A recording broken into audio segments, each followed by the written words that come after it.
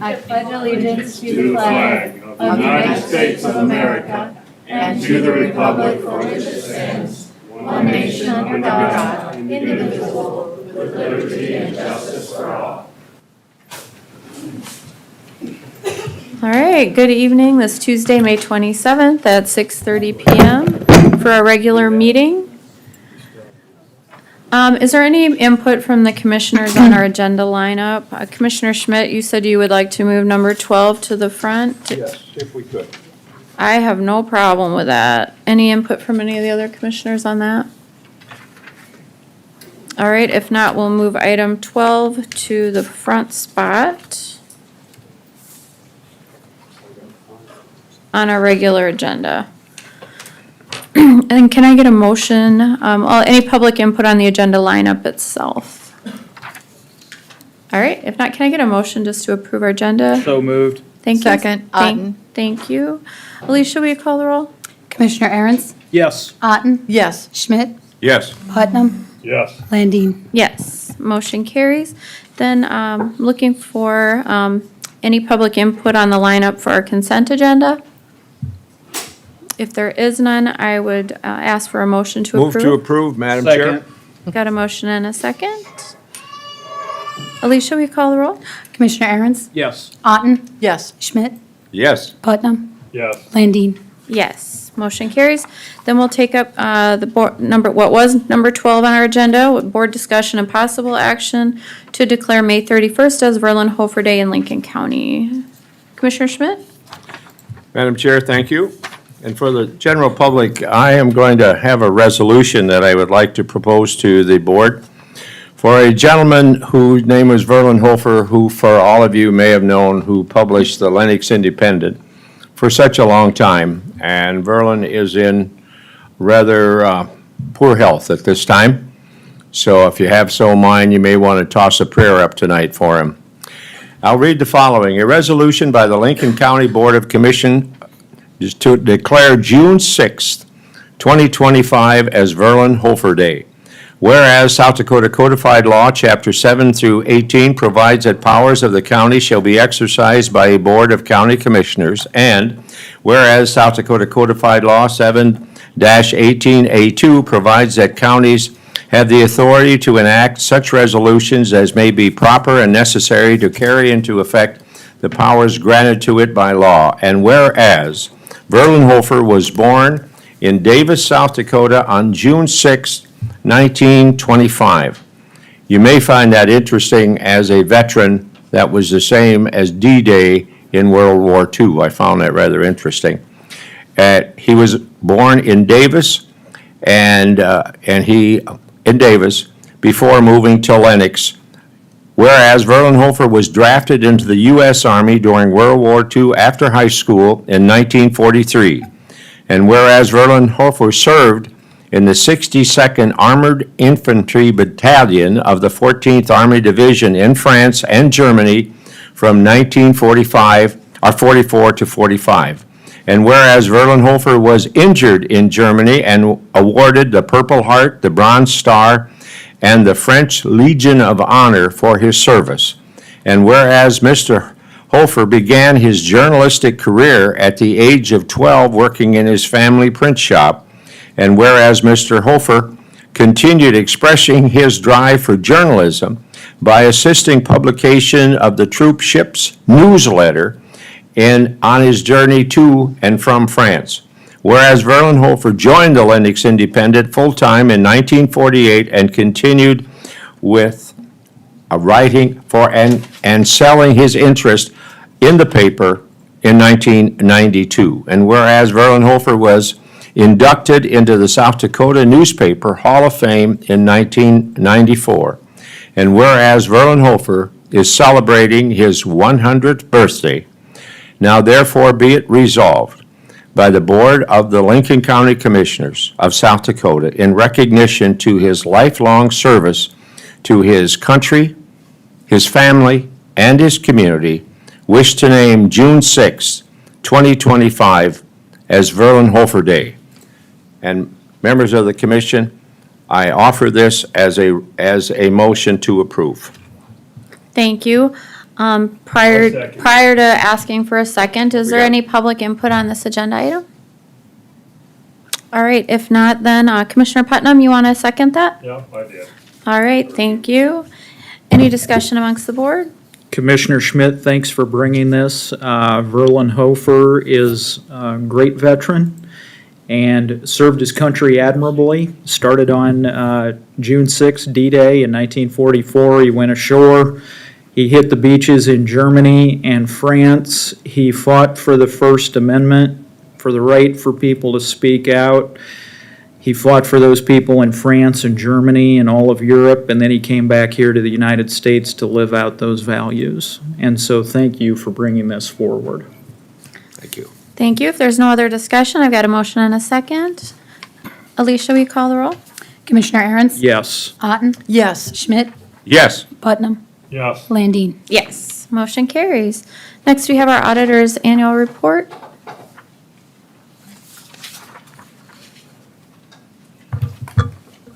Hi, Good evening. good evening. My name is Michelle Burkhart. I am in the auditor's office as the finance manager, and I've prepared the 2024 financial presentation for you guys today. So, can you guys click on it or how? Oh, I can. Never mind. Okay.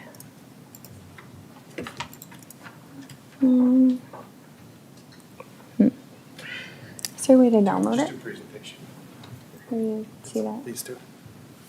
Right? Yep. Here? And then presentation one. Okay.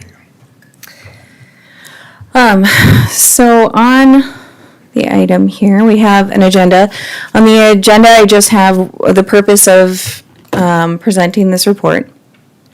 And then we'll review our statement of activities in that position, and then do a fund overview, which will include our 2024 budget to actual, and then if there are any follow-up questions after that.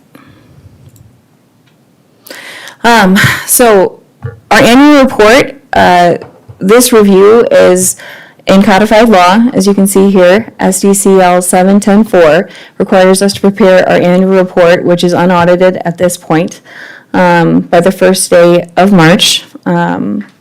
We published it in our official newspapers, which is the Dakota Scout, the T-Weekly, and our Lennox Independent. You can find our published annual report on our website under Departments, Auditor, Budget and Finances, annual reports current, and then we also have our previous year's annual reports. This is a direct page link, so if you do download this off of our agenda, you can utilize this link to get to that directly. At the end of the presentation, I will do a little bit of a preview of the website. So the legislative audit has conducted their annual financial statement and compliance audit for 2024. The audit report is currently being reviewed and finalized by the legislative audit. A date for a closing conference has not been set as of May 22nd or today, May 27th.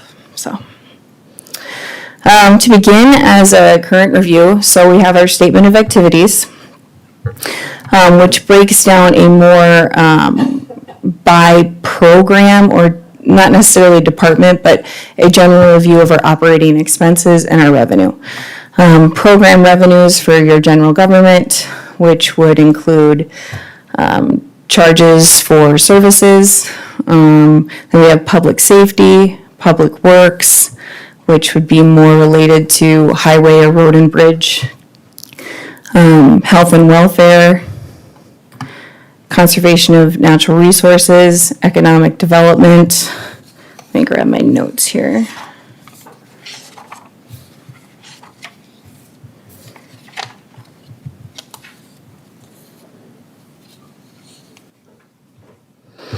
So obviously, public safety would include for expenses would include jail, sheriff, 911 expenses, and then public works, like I said, would be more road and bridge expenses. And then we have our intergovernmental capital outlay would include anything like the Justice Center.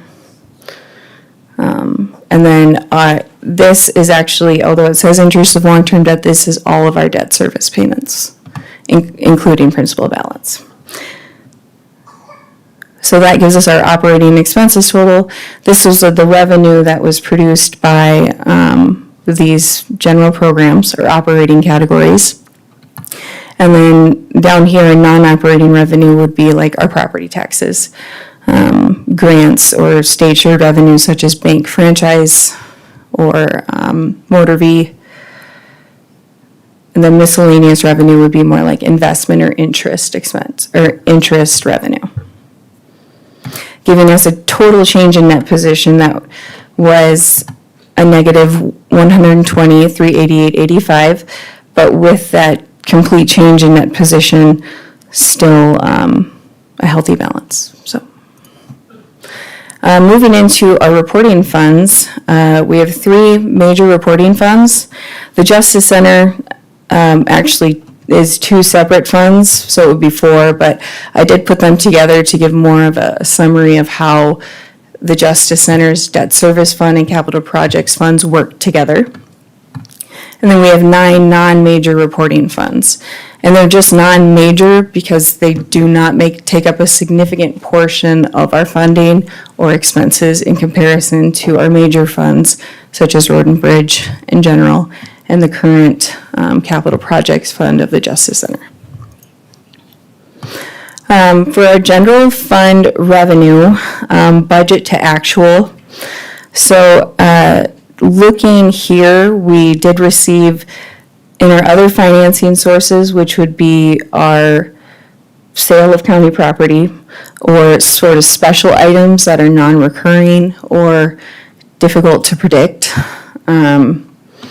We had a pretty significant sale, which included the highway shop. And let me get the other item here. Oh, yes, the land and tea. So those two items there made for pretty significant revenue in our other financing sources. Miscellaneous revenues were also significant. That includes like that investment interest from interest earned. And then all of the other items within, I think here, let me make sure. Sorry, I'm a little nervous. There's a lot of people here. Okay. So yes, all of these items, which are our primary source of revenue, were budgeted within about 5%, which is right where we want to be. These items we can predict and can rely on. When it comes to miscellaneous revenue or these other financing sources, they're harder to budget for if we don't know what interest will stay at, or if we plan on selling something, or if an opportunity arises.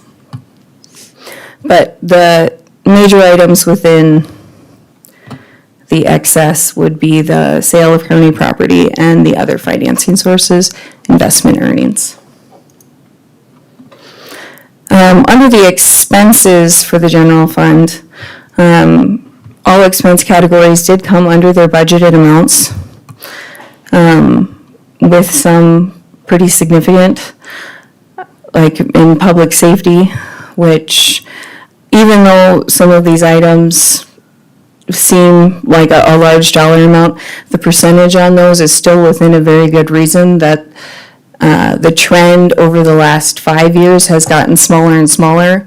So within budgeting, we are certainly closing that gap with better predictions. Within the Road and Bridge Fund,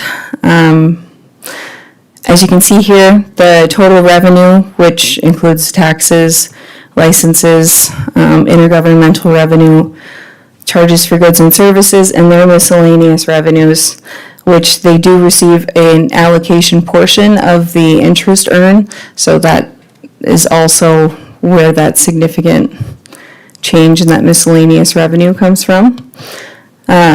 Looking at here, the difference is pretty large, and I was able to attribute the revenue primarily to Motor V was pretty significant over what we anticipated and budgeted for.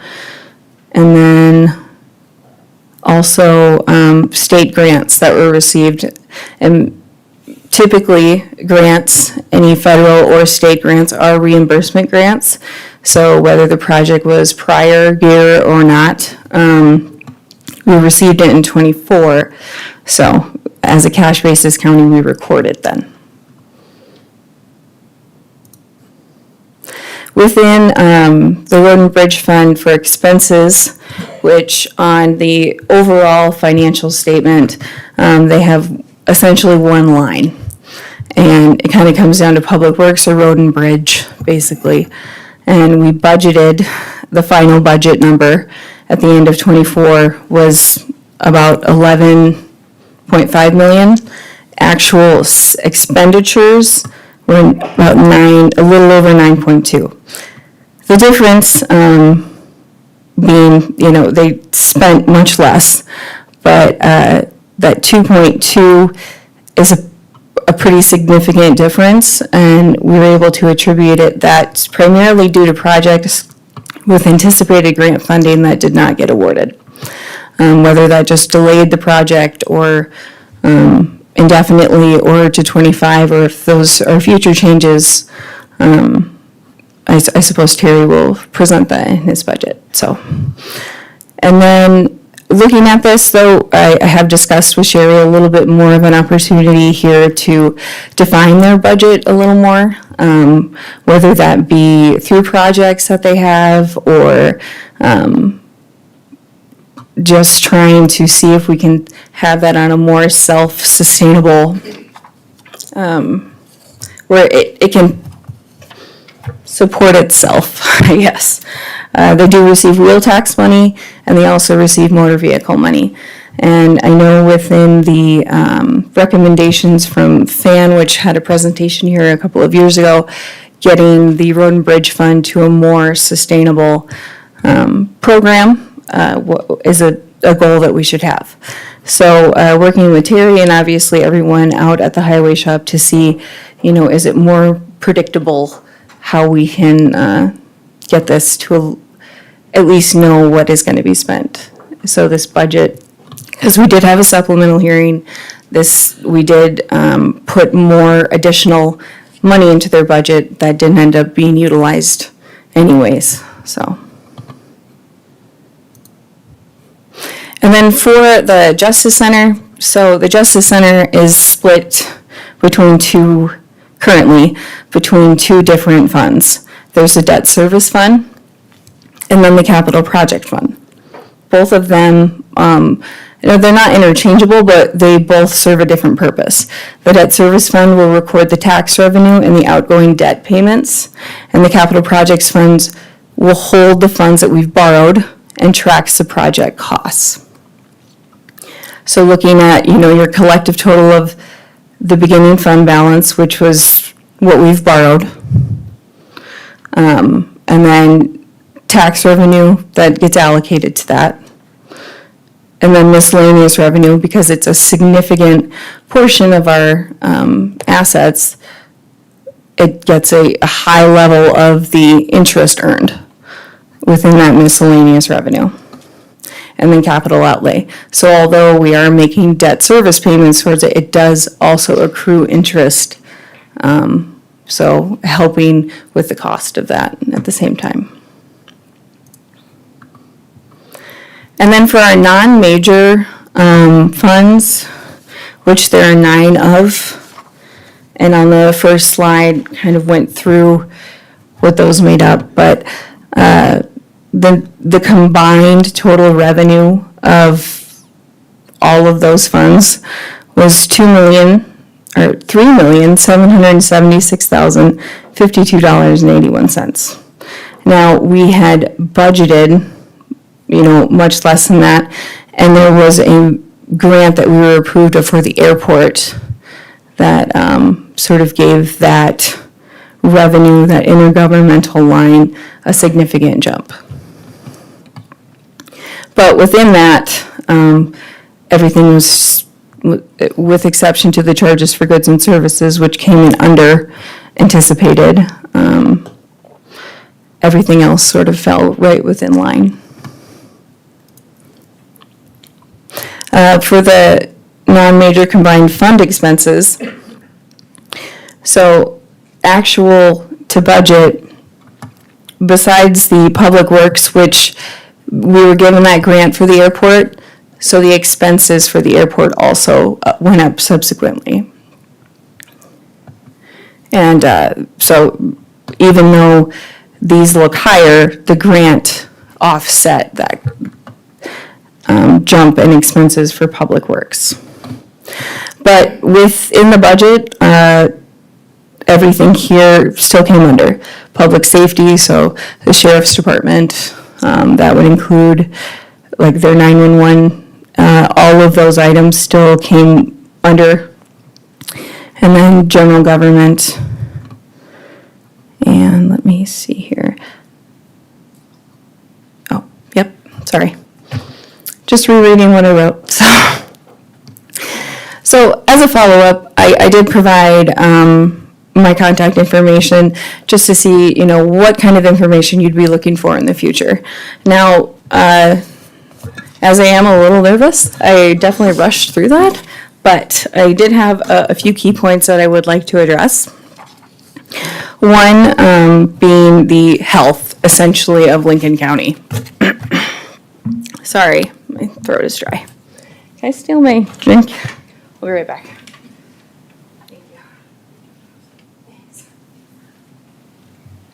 This is an energy drink, so.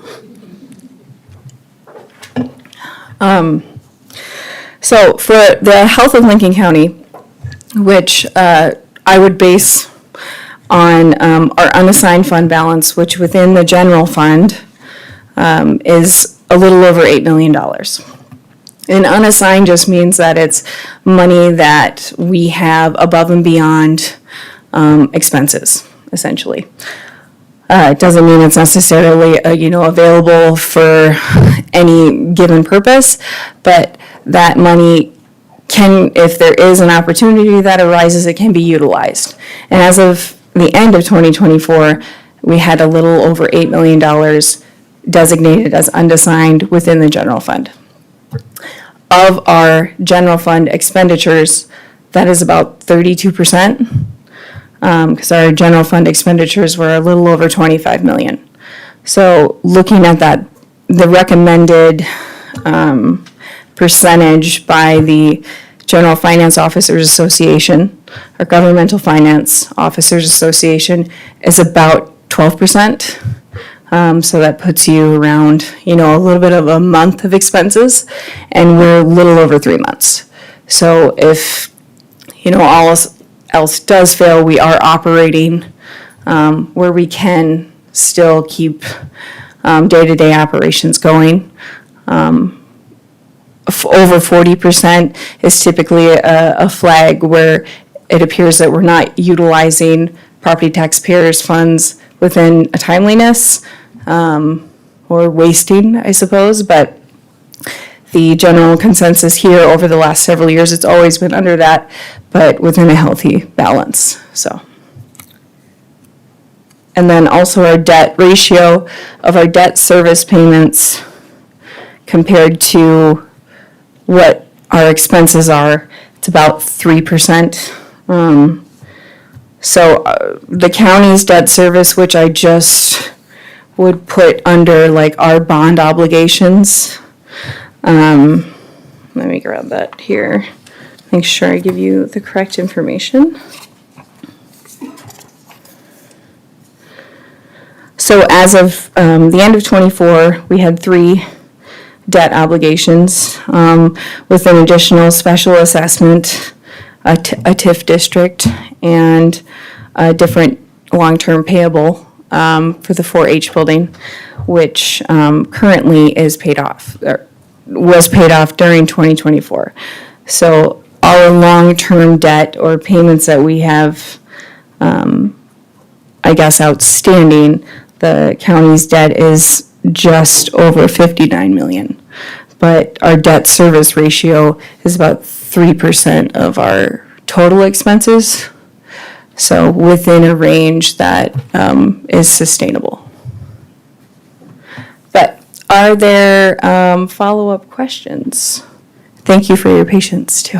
Thanks, Michelle. Thanks Yeah. for that report. It was very interesting. Just a note too for your, the public newspapers, there's one more. It's the Sioux Oh. Valley News. Okay. And there were issues about that earlier in the year, but they okay. did get added on, so you They might did. want to Okay, fix And that was that. on page 3 of your report. okay.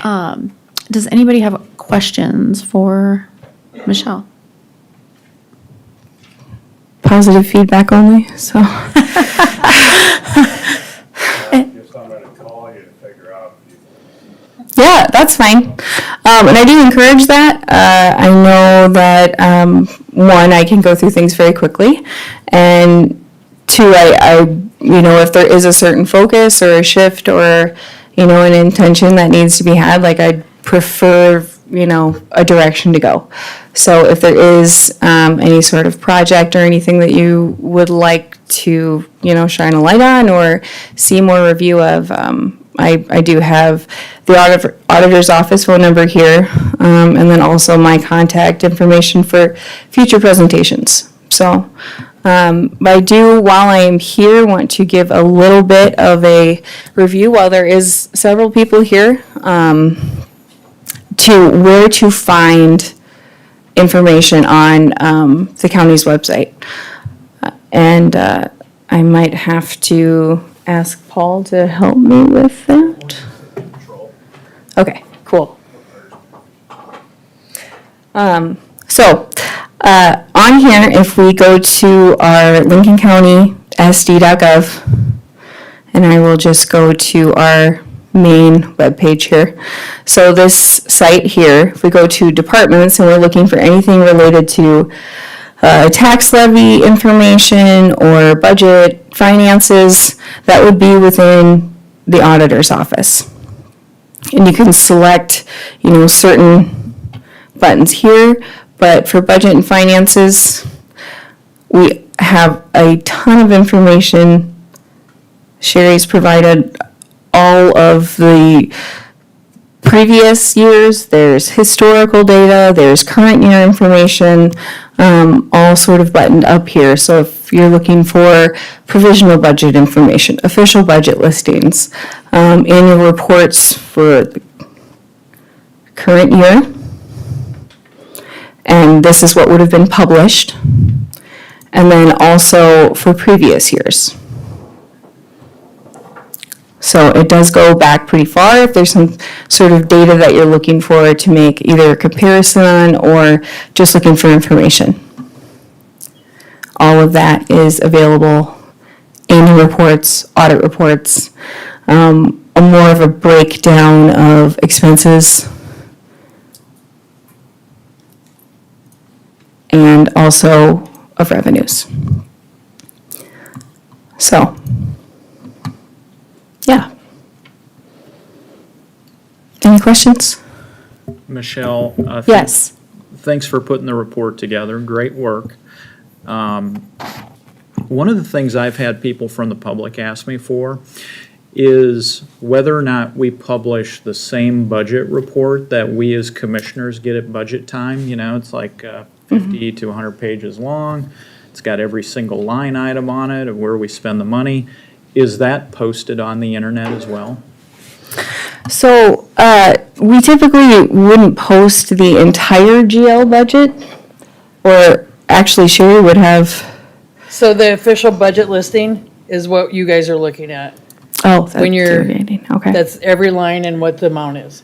Oh, cool. And then we've got the adopted budget, and then, of course, then the annual, everything's in there. But if there's something that you don't see on there, let me know, and we can absolutely get it added. Yeah, I guess I was thinking adopted budget, but yeah, the official budget listing, this would have a more detailed line item of everything, so. And more information on what does 101 mean? What do these categories stand for? So, Thank you. for pointing that out. Yeah. No, thank you, Sherry, for coming up here. Thanks, Michelle. Any other questions from anybody on the board? Excuse me, Madam Chair, I like the idea that you were showing how conservative, I mean, our budgeting is. We budget rather high on expenses, and it's nice to know that our staff really does a great job in towing the line, and our expenses come in lower. And in some cases, our revenue is always projected, and in some cases, it's higher. So, but unfortunately, we won't have all that property to sell like we have in the past, you know. Yeah, certainly additional revenue that we don't budget for is great in those miscellaneous items. Expenses, bridging, closing the gap on that so we know exactly what to expect is ideal. But as long as it stays within, a certain percentage, it is moving in a healthy direction. So, yeah. Thank you. All right, any other commissioners have comments or discussion, questions, anything? All right, anybody in the audience that wishes to come up and give public input on the auditor's annual report? Now would be the time to do so. Speakers will be given 3 minutes apiece. All right, if not, then we'll move on. Okay. Thanks, Thank you. Michelle. Thank you. Next item on our agenda is a public hearing to consider an application for a temporary on-sale liquor license to operate outside the municipality for Prosper Country Warehouse and Event Hall for events to occur on June 14, June 21, and July 19, 2025, located at Prosper Country Warehouse and Event Hall, 46620 278th Street, Lenox, South Dakota, 57039, Tract 3A of Poppinkus Addition in the southwest quarter of Section 28, Township 99 North, Range 51 West of the 5th PM, Lincoln County, South Dakota. And so since this isn't a public hearing, we'll have staff present the agenda item, if any. Nobody?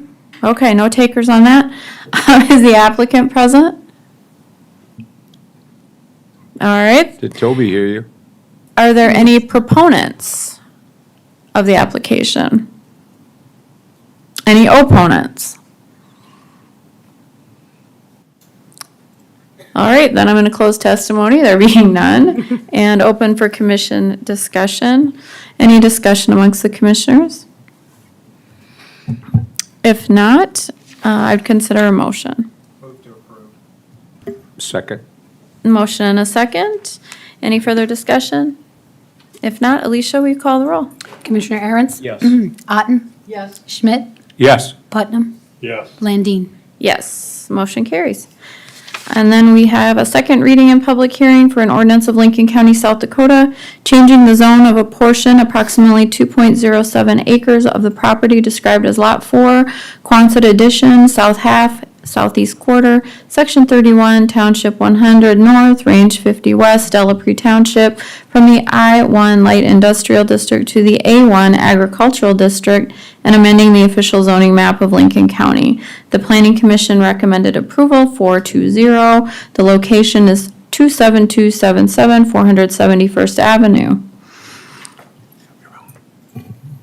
And is staff presenting this? Okay, great.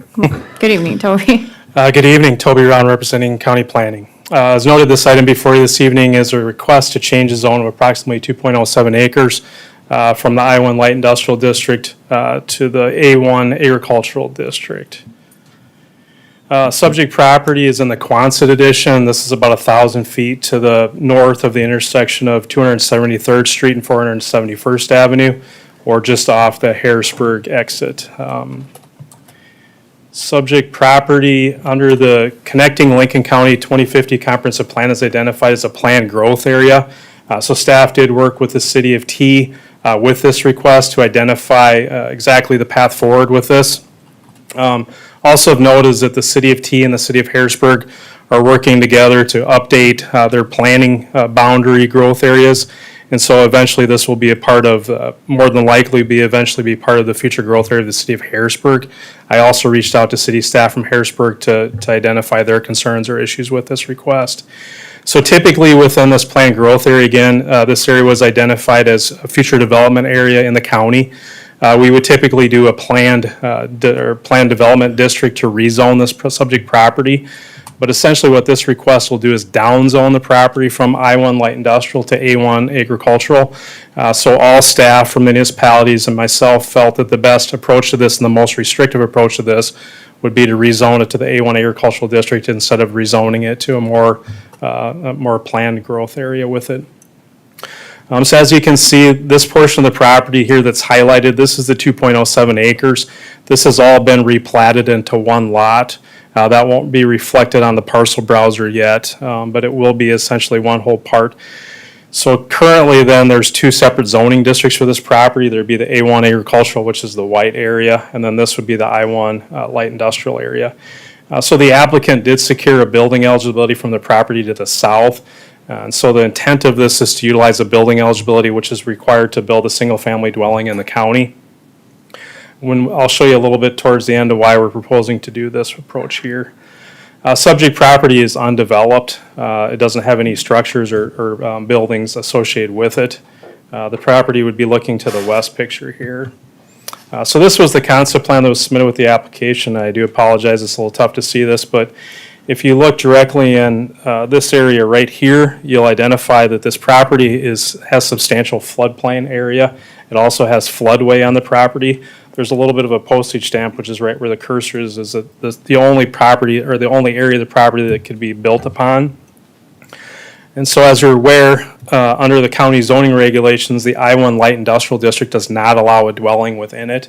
So in order to facilitate the utilization of this building eligibility, we're going to downzone it to A1, which would then utilize it to be utilized for the building eligibility.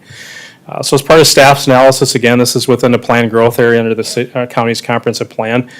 This approach in working with the city of T and the city of Harrisburg is consistent with what our goals and policies are, is to come up with an approach that will identify development that will be acclimated to future development or annexation with the city. So again, anticipating it'll be T or Harrisburg that'll annex it eventually. This should fit within their development guidelines. The rest of the property surrounding this is a mix of development. There's a residential just to the north of this property, but it is along a developed commercial industrial area or a development park. But again, in discussing it with both City of T and Harrisburg, it is a by right. So the landowner did purchase a building eligibility, and it can be utilized under the regulations. We just have to find an appropriate location for that. So the Planning Commission did conduct a public hearing on this. They did recommend unanimously to rezone this property to the A1 agricultural district. We did post the property, had only questions from adjacent property owners as far as what the intent of the property was. There will be no housing development in this area. It's strictly be utilized for the utilization of one building eligibility with it. So with that, Madam Chair, I'll turn it back to you and gladly answer any questions that the board has for staff at this time. Thank you. Does anyone have any questions for staff? Toby, I got a question for you. So I'm looking at your staff report here, and under the development bullet point, it says new development or redevelopment should complement the character of existing surrounding development unless municipal plans specify otherwise. Can you just kind of talk how important it is that new development needs to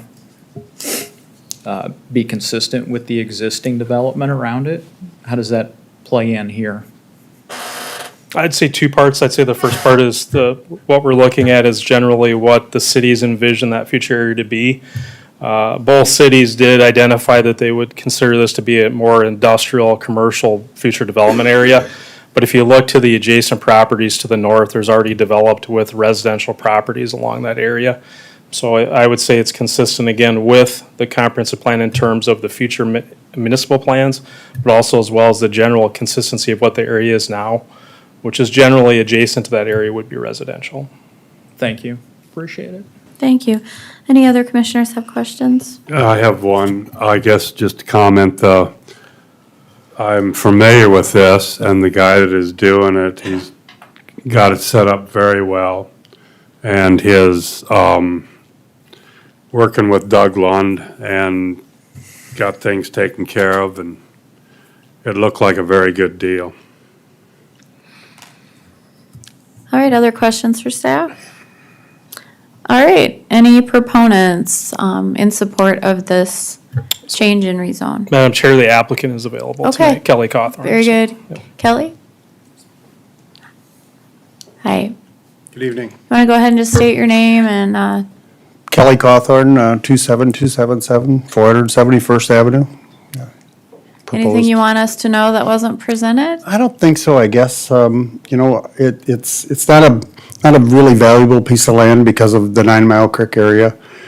We do have a little bit of a spot there we could put a house, and we're getting older, we don't want to work anymore, so I don't want to do anything else but just, do a house and call it good, I guess, at that point, so.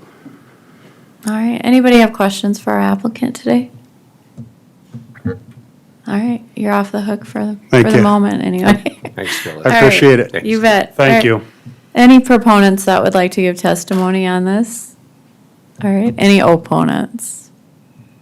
If not, I'll close testimony. Any discussion amongst the commission? Nope, but approved, I'd approve it however you go. Do you want to make that motion, That's your Commissioner Putnam? Make it a motion then. Motion to approve? Second. There we go. And a second by Schmidt. If there's no further discussion, Alicia, will you call the roll? Commissioner Aaron's, Yes. Otten, Yes. Schmidt, Yes. Putnam, Yes. Landine. Yes, motion carries. All right.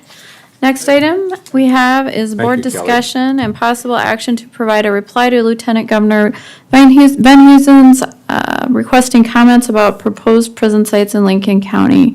Joel, you were going to tee that up? Yeah, thank you, Madam Chair. So I understand everybody probably showed up tonight to talk about the fireworks ordinance, so I'll be brief.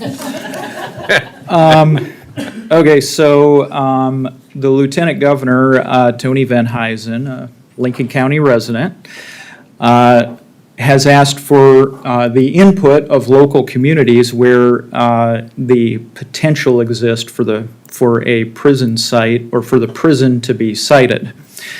And so now it's time for the county commission, I think, to formally confirm to the state that this site is incompatible with our comprehensive plan. So that's why I put it on the agenda tonight.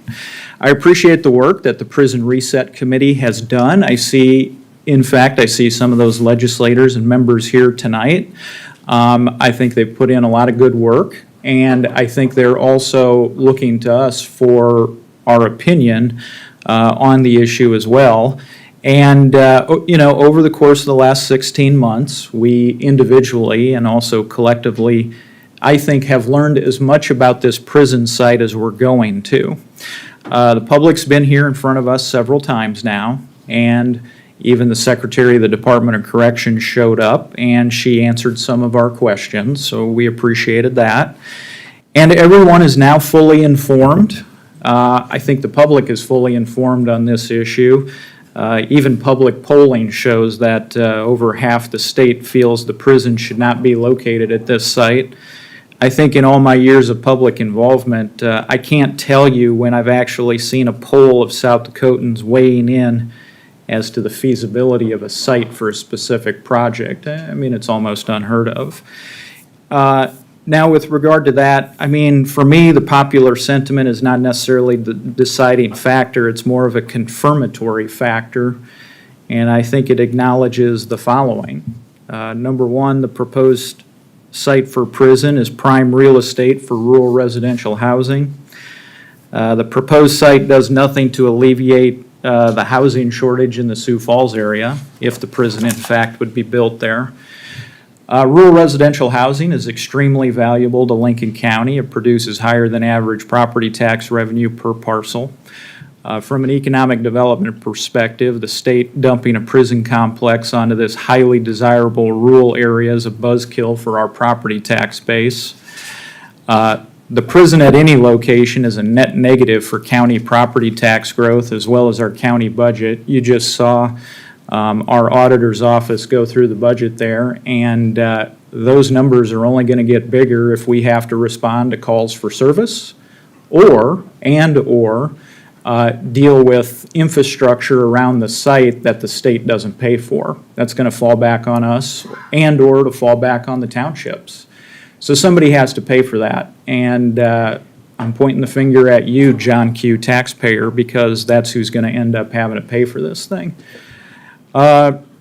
Prison at any location is a net negative for county property tax growth and the county budget. I mean, Lincoln County has a smaller tax base to draw upon in comparison to Minnehaha County. So that leads me to believe we need to look for ways to skillfully integrate placement of this once in 150-year development that conforms with locally developed plans for growth and development. You just heard our planning and zoning director. I asked him about the quote from our comprehensive plan, in which our comprehensive plan requires any new growth and development to be consistent with the development that's already around it. And that's that's a quote straight out of our comprehensive plan. And so I believe that we as a commission need to defend that principle. Now, whether that principle applies, legally or not to state-owned property, the Supreme Court will figure that out. That's fine.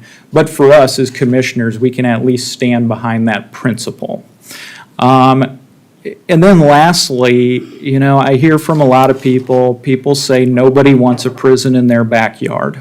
But as thoughtful leaders, what we need to start telling people is that large industrial commercial uses will go where they're intended to go, and they should not go where they're not intended to go, which means we need to follow our comprehensive plan.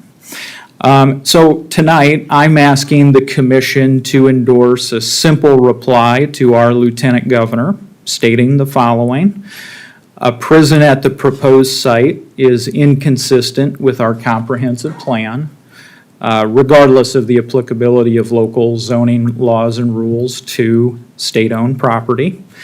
Number two, a prison at the proposed site is inconsistent with the character of the neighborhood. You just heard Planning and Zoning Director talk about that from the comprehensive plan. And number three, successful and orderly future growth and development in Lincoln County requires a use of this kind to be located at a site that is designated as industrial commercial. So those are my views and beliefs, but tonight I want to hear from you all, hopefully, and then hopefully we as a commission can discuss the issue and provide a reply. Thank you, Madam Chair. Thank you, Commissioner. Madam Chair, Yep, go ahead. that's very well spoken, Commissioner. I just want to reiterate right up front with all of you. This will probably not be the most popular thing to hear. But as a commissioner, I was always instructed by our state's attorney's office that our commissioners are judges. And as a judge, you never render your verdict because you only do the facts that are in front of you. Given the fact that we are still under pending litigation with the Supreme Court, and however that turns down, whether they find in the favor of NOPE and say, yes, you have to apply for a bill or for a conditional use permit, I have no problem with any of that. But I want to remain in the factor that if and when a conditional use permit is issued and we have to render, I can do that without having said any way, shape, or form what I'm for or against. That doesn't mean you don't have your own personal feelings, but this is the guidepost that I operate from, and it may not be any of you other commissioners, but this is what I was taught by our state's attorney's office. And the other thing that I would ask for all of you, and thank you all for coming and expressing your views, if you would be so kind, if you are objecting to, and I think, are we going to talk about 3 sites? I don't know. I haven't, if we're only talking about the one that was proposed by Harrisburg, or are we looking at the one that's off of the interstate, or are we looking at one that's off of Highway 18 here? I think those are the 3. So if you are testifying against that, would you say how close you live to these particular sites? That would be of interest to me. So thank you, Madam Chair. Thank you, Commissioner. Any other commissioners have something to say right now? I have one thing to say. I was in Mitchell here last week, and And boy, they seem like they would sure like to have that, the prison, and I don't quite understand why they're not looking a little bit more into that. So I guess I'll just leave that. All right, anybody else? All right, there's a lot of people here, and I want to accommodate as many people as I can who would like to speak. Can we kind of show of hands on how many folks we have who are going to be speaking? 1, 2, 3, 4, 5, 6. And then it's out in the hallway. How many we got out in the hallway with hands up? Quite a few. Yep, got 1, 2, 3, 4, 5, 5. 5 or 6 in the hallway, so what we're looking at 13, 14, sounds like. So I don't know if there's a representative that can speak for all of you, if we can just avoid redundancy. I was thinking I was gonna give a total of a half hour. I'm gonna increase that to 45 minutes. So everybody needs to be really cognizant of how many people wanna speak. I'm just gonna look at the clock and go 45 minutes, and if one person takes up everybody else's time, I'm not gonna interrupt them, but I'm just gonna go for the 45 minutes. And if there is a representative that wants to speak for several people, that might help, if you can kind of figure that out amongst you. But I'm going to ask, right now, and it just be at the motion that's under consideration, which are the things that Commissioner Aaron's laid out for this letter response. So we'll go ahead, it's 7:21, so what's that, 8:06, right? We get the timer too. So will you go for 45 minutes? You got it set? Okay, well then, Madam Chair, can I well, say you'll something? see a little red light up there when that time is up. Before that starts, I would like to see, I think that's Mrs. Lem's out there, and would she like to speak quick first? I don't- Since she's our representative. Yeah, I don't pick the order, so it's kind of a first come, first serve. But we'll go ahead then and start the timer now.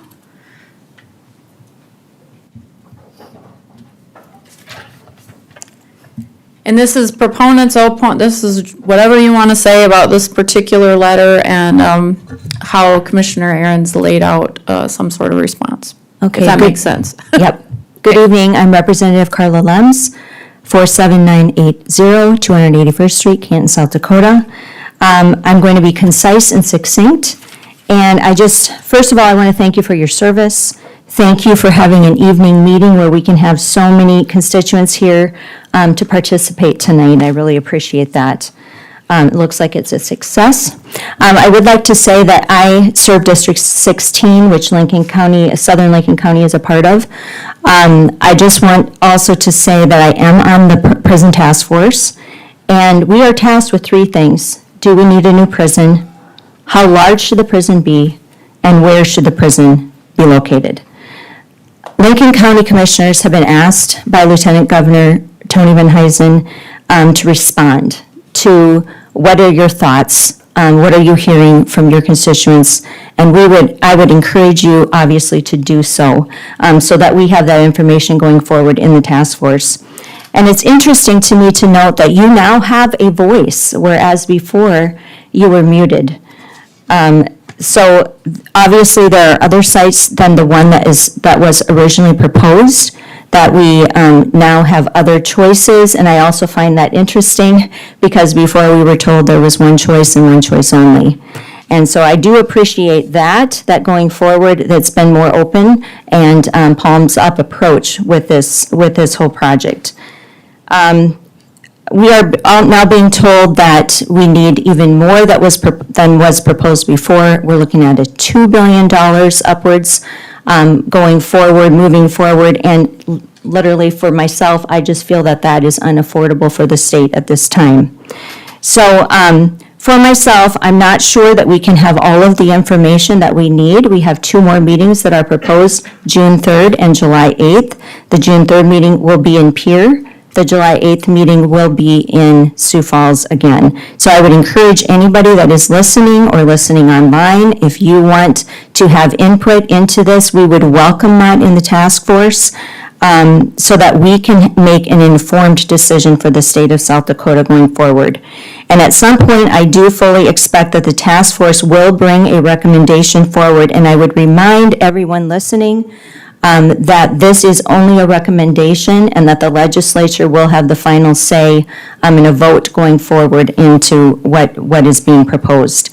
So again, others on the task force would welcome the input of the Lincoln County Commission and the people of Lincoln County. And for those listening as well, if you want to send an email, it is Allison, ALLISON .Haynes, HAINES @state.sd.us, if we would welcome your input. And obviously, you all know my thoughts with the original proposed site. I did not think that it was well thought through. And so I'm hoping for going forward, we can have a better conclusion to this process. Thank you. Thank you. Thank you.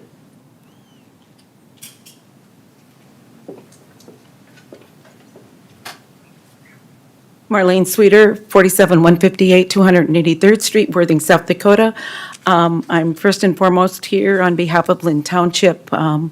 This is for the site that is along US Highway 18 and right off of Interstate 29. It is a part of Lynn Township. I would ask that you also consider, while I understand this is for the original site, I would ask that you also consider this site. It's of deep concern to the township because of the loss of tax revenue. It will be a great loss of revenue for us because it wasn't a planned tax district that we will now lose all of that taxes for.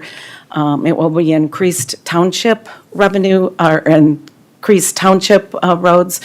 But I'm also asking it because I live exactly 1 mile from that, across the section. It's 2 miles from the elementary school, it's 2 miles from, barely 2 miles from Worthing. So I would ask that we also be included in that response that response that you're sending to, as that site as well. Thank you. Thank you.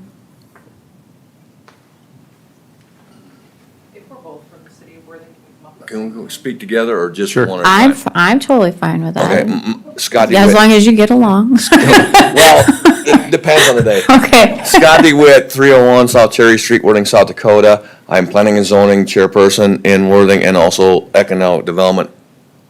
And Crystal Jacobson, 202 South Chris Street, Worthing, South Dakota, and I am the mayor of Worthing. Couple of thoughts I've had, and listen to Joel, thank you, about the comprehensive plan. We also have a comprehensive plan, and a prison outside of Worthing, 1 mile away, was not included. And I've learned from the best, thank you, Toby, wherever he went, but he taught me a lot as working through my career. But, I mean, you look, and I'll echo what Marlene just said, too. The township's gonna lose a lot of revenue out of, it's industrial, I-29 Industrial Park. Now it's gonna be what, I-29 State Prison?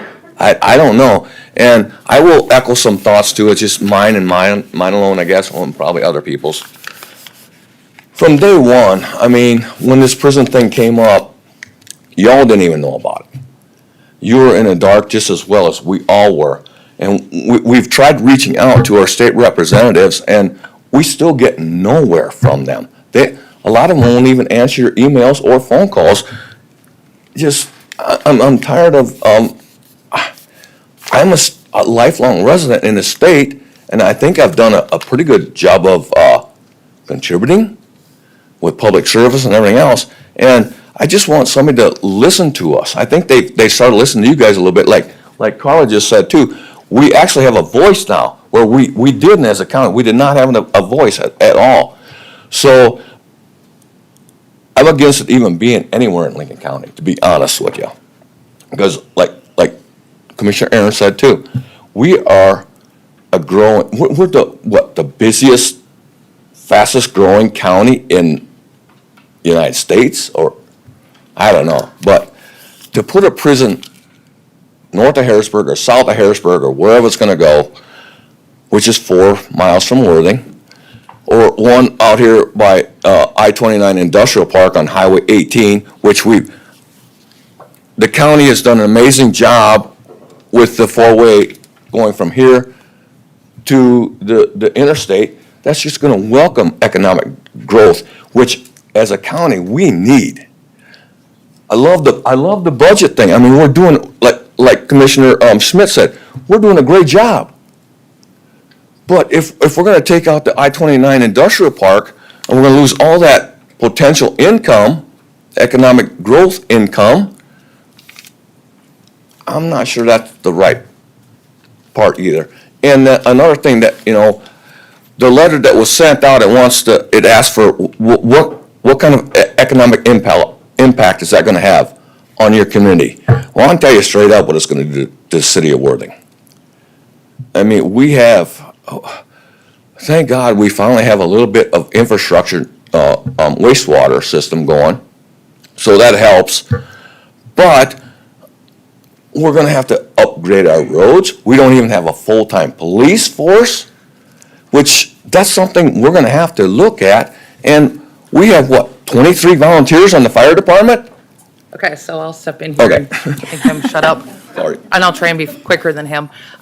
So our yearly budget is around $650,000 for the city of Worthing. We don't have a full-time police force. We rely on 4 of the sheriff's office to come work part-time for us when they're off duty.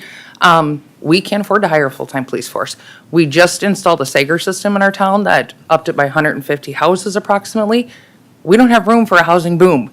We actually can't even build houses right now because Lincoln County requires us to take over the highways that go through town if we want to make another road coming off of the highway, and we can't afford to take over the maintenance of the road. So we can't build any more roads to build more homes.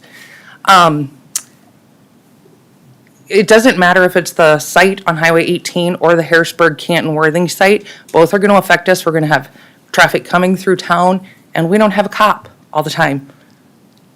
We can't control speeding. We have kids that cross the highways on their bikes. We have crosswalks that blink that people don't stop for right now. Increased traffic would immensely hurt us.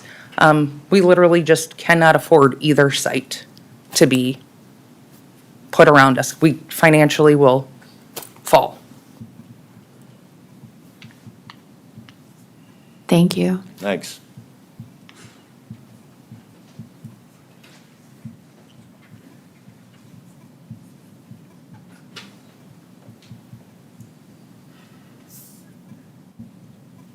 McCade Reynolds, 47,5, 286th Can you Street. speak up just a little bit? Yep, I know you're sorry. tall, you're kind of Nope. away from that microphone. McCade Reynolds, 47,5, 286th Street, Worthing, South Dakota. Born and raised there my entire life, 28 years. Kind of live out in the middle of Beersford, Worthing, and Canton, pretty much right in the center. Never really had anticipated anything getting considered out in the area. I think it's one of the newer proposed spots. It'd be off 472nd, 286th Street.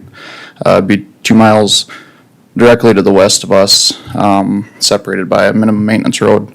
But we got 3 little kids, bunch of neighbors around there. I don't know, 10 people off the top of my head. But they got a bunch of little families. It's pretty much our entire bus route lives in within probably 6 miles of there.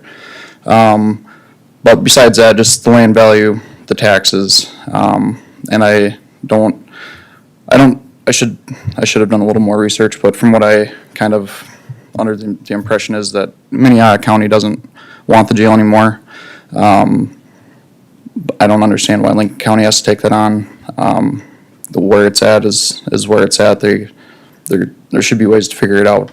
But I'm not informed enough on that to talk on that, but just kind of wanted to put my 2 cents in that there's a lot of families out there. Pretty much Joel said, very well said, kind of, I think a lot of people's thoughts, but that's my quick 2 cents. Thank you.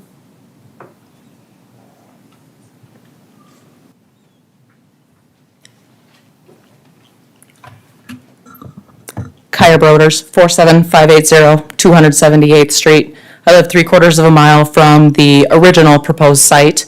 I will, however, make it known that I am against all, I believe it is 4 sites in Lincoln County, mostly to echo what Commissioner Aaron's previously lifted up at the beginning. Obviously, I am the president of NOPE and was fortunate enough to attend the Supreme Court hearing. I found it very appalling, as well as interesting, to hear Justice Salter bring up the question directly to our attorney, A.J. Swanson. He actually brought up why our county commissioners didn't pursue action when it came to our comprehensive plan, and why it actually had to come in front of a group of private citizens. That was jarring.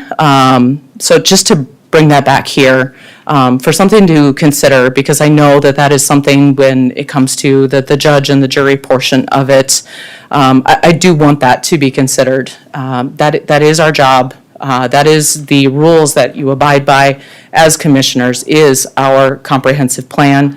And while I do understand that within our corridors, that is what is meant for our heavy industrial use, again, I want to echo the fact that our commissioners pride themselves on our conservative budgeting. $8 million does not take us very far when it comes to that emergency management. Working in the healthcare field, I can tell you that, and the newspapers won't lie to you about the fact that overdoses and the stabbings, traumas, all the other pieces that come along with running and operating a prison, there's emergency management that needs to happen with that. You can hear the song and dance about there's fire suppression systems within a prison. Doesn't matter. Fire suppression can happen. When a fire happens, the debris and all of the other cleanup still needs to occur. Volunteer fire departments are not rated to go in and clear the debris and all of the other processes that need to happen within a prison system. Please make sure that we are not nearsighted in this process and that we aren't paying attention to what is happening with this. Economic development, while it can come short-term with a gas station or perhaps a halfway house or a hotel here or there, again, that's short-lived. We need to take a look at the long-term benefits, as, again, eloquently pointed out by Commissioner Aaron's. And I hesitate even saying this, but Commissioner Schmidt, I beg to differ on the fact that you are waiting to be the judge and the jury when there are quotes, and perhaps they are quoting you wrong, sir, but when you are making quotes to the media that say things like plant the flag and move on, when it speaks to at least one of the sites in Lincoln County, you speak to the economic development and the promises that it will bring to Lincoln County, it seems that the jury's already out, sir. So I would ask that we take a long look at what this will mean for Lincoln County in the long term when we need to increase our emergency services, because one paid rig for an ambulance and our sheriff's system here in Lincoln County is not going to be enough to support at this time, with what they're wanting to build, 1,700 level 5 or maximum security prison system is not enough for Lincoln County to sustain, especially when we are considering the fact that the Jamison Annex continues to stay in Minnehaha County. There are 28 acres right across the canal in Minnehaha County. There are a lot of factors that support at least staying in Minnehaha County. So again, I respectfully ask that you do write a response to our Lieutenant Governor, and that you are let your citizens be heard for the first time in more than a year and a half, and you keep this prison out of Lincoln County and you use your elected positions for a good cause. Thank you. Thank you.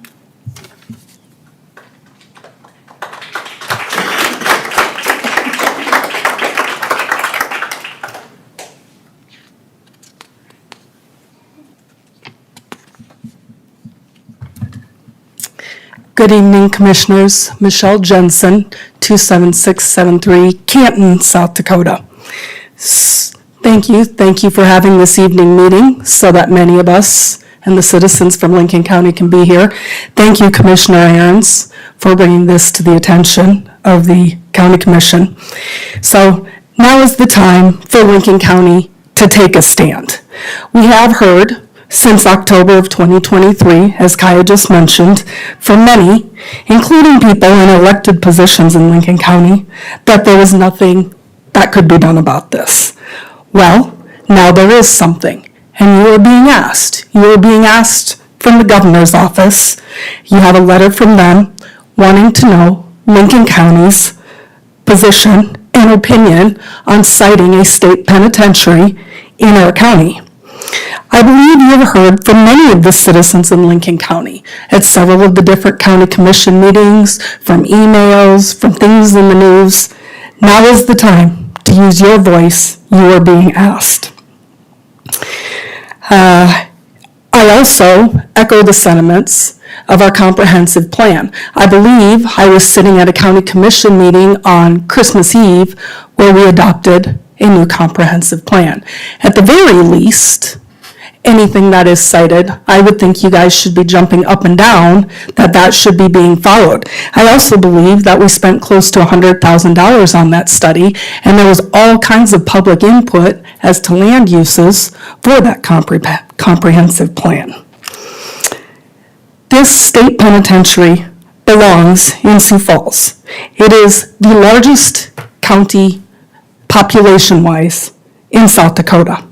It has the largest number of incarcerated within that penitentiary.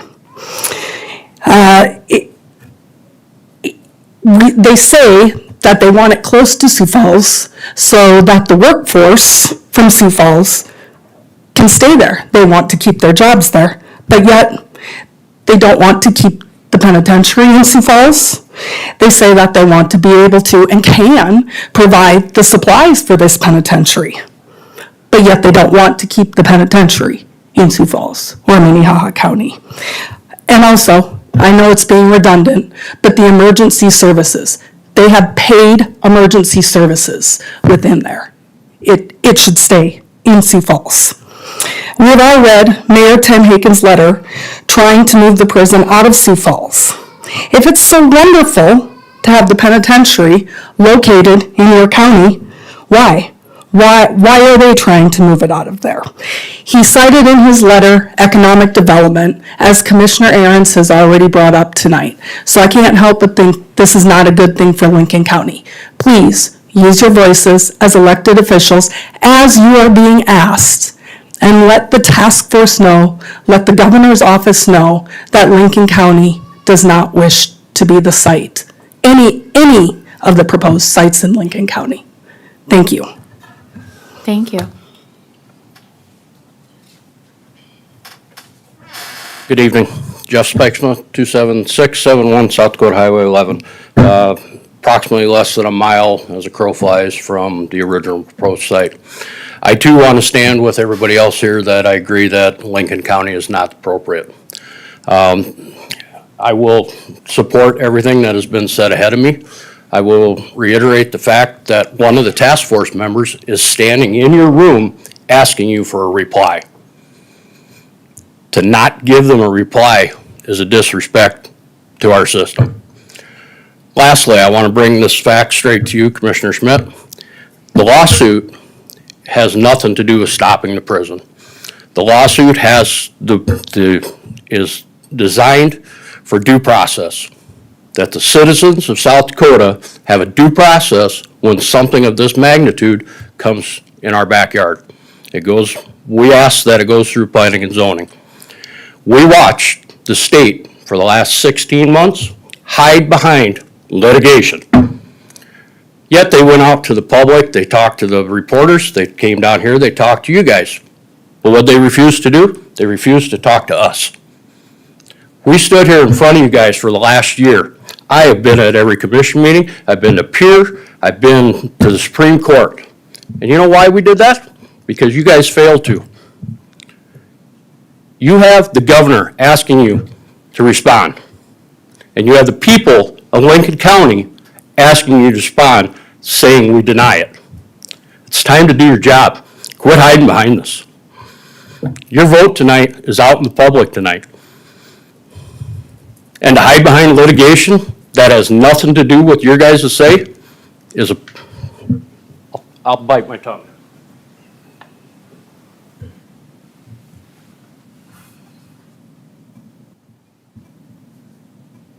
Good evening, Sarah Stever, 46850 276th Street in Lenox.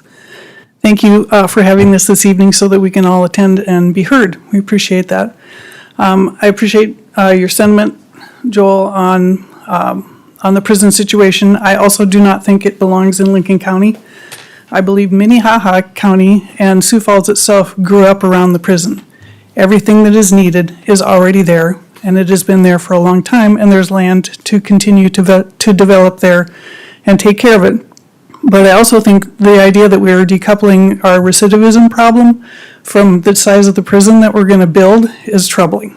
I think if you didn't know any better, you might think from that new consultant's perspective that we're excited for and in the business of putting people in jail. And I think that's the wrong approach. So I hope you'll kindly represent us in sharing the sentiment that you've been hearing tonight and respond to the Lieutenant Governor. Thank you. Thank you.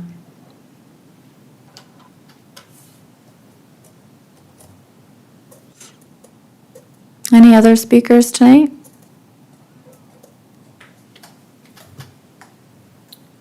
Milo Fogarty, 701 North Waltz Avenue, Sioux Falls, South Dakota. Just in regards to a response to Mr. Schmidt, I currently live 1.4 miles from the penitentiary and 18 miles from the proposed site near Harrisburg, and I have been vehemently opposed to this site in Lincoln County, including the other ones that have been proposed. Thank you.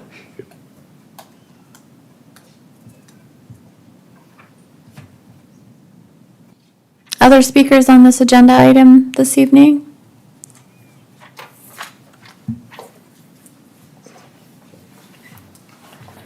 Chris David, just a quick me too. I live in Sioux Falls, but Lincoln County, South Cliff Avenue, we can keep it in Sioux Falls and not in Lincoln County. Thank you.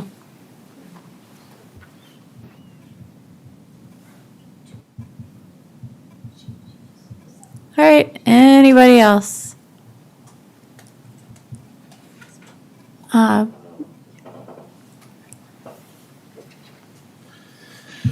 John Connery, just inside of Minnehaha, and to the point of recidivism, I think we need, as a state, to look at what Louisiana, Texas, and other states that have almost half the recidivism rate as South Dakota, and rather than building new buildings. And me too on everything that's been said. Thank you. Thank you.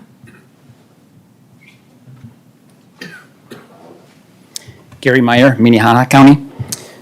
Joel, you commented that Lincoln County had a smaller tax base than as compared to Minnehaha County. That tells me you would prefer this prison be built in somebody else's backyard. This prison was first proposed to be a half a mile from my house in Minnehaha County. Not once did I say, why don't they build it in somebody else's backyard in a less populated area? That, my friend, would be just pushing something I don't want onto somebody else. Morally, that's just wrong. I would like to see something in your comments saying that this prison is not needed in South Dakota, period. It's not just Lincoln County that doesn't want this prison. And I agree with the people of Lincoln County. They don't want it. I don't want it, but I don't live in Sioux Falls. But yes, why is the mayor of Sioux Falls pushing to get rid of it? Why doesn't he keep it in Sioux Falls if it's such a good deal? It seems to me that this is just another money laundering scheme concocted by the elite that compares to the CO2 boondoggle money laundering scheme to fill the pockets of the rich. I think that South Dakota ought to stand up and say no prison in South Dakota.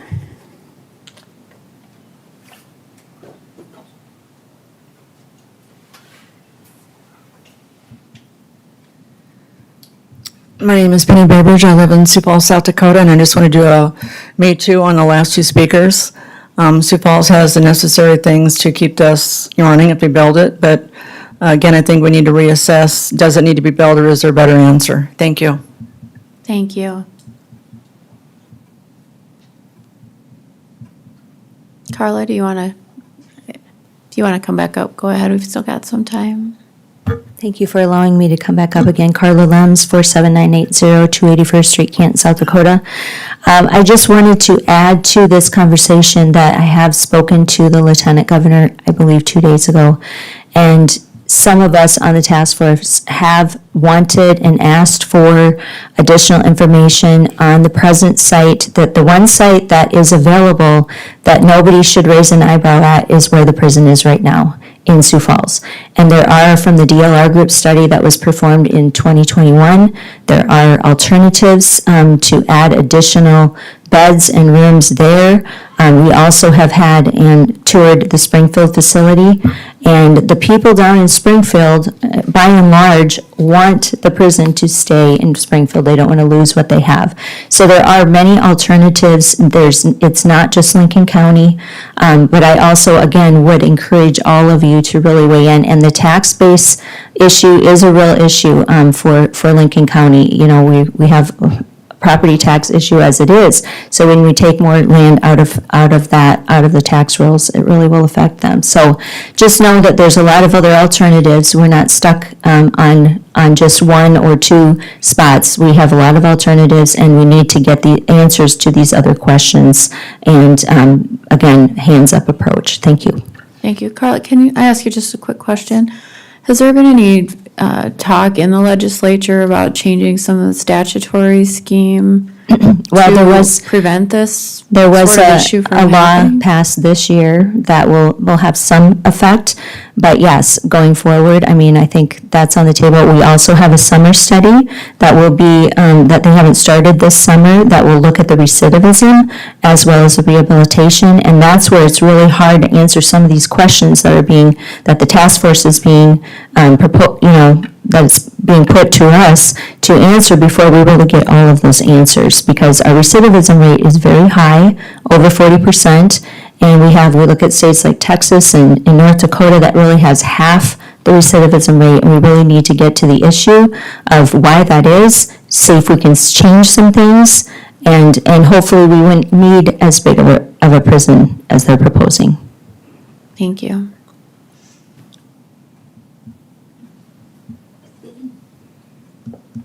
All right, anybody else?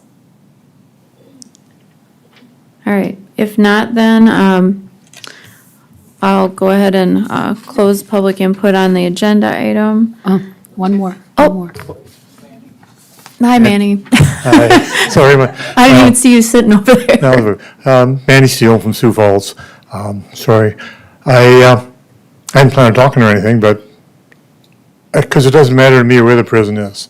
The place that they picked in Lincoln County here, to me, is absolutely ridiculous.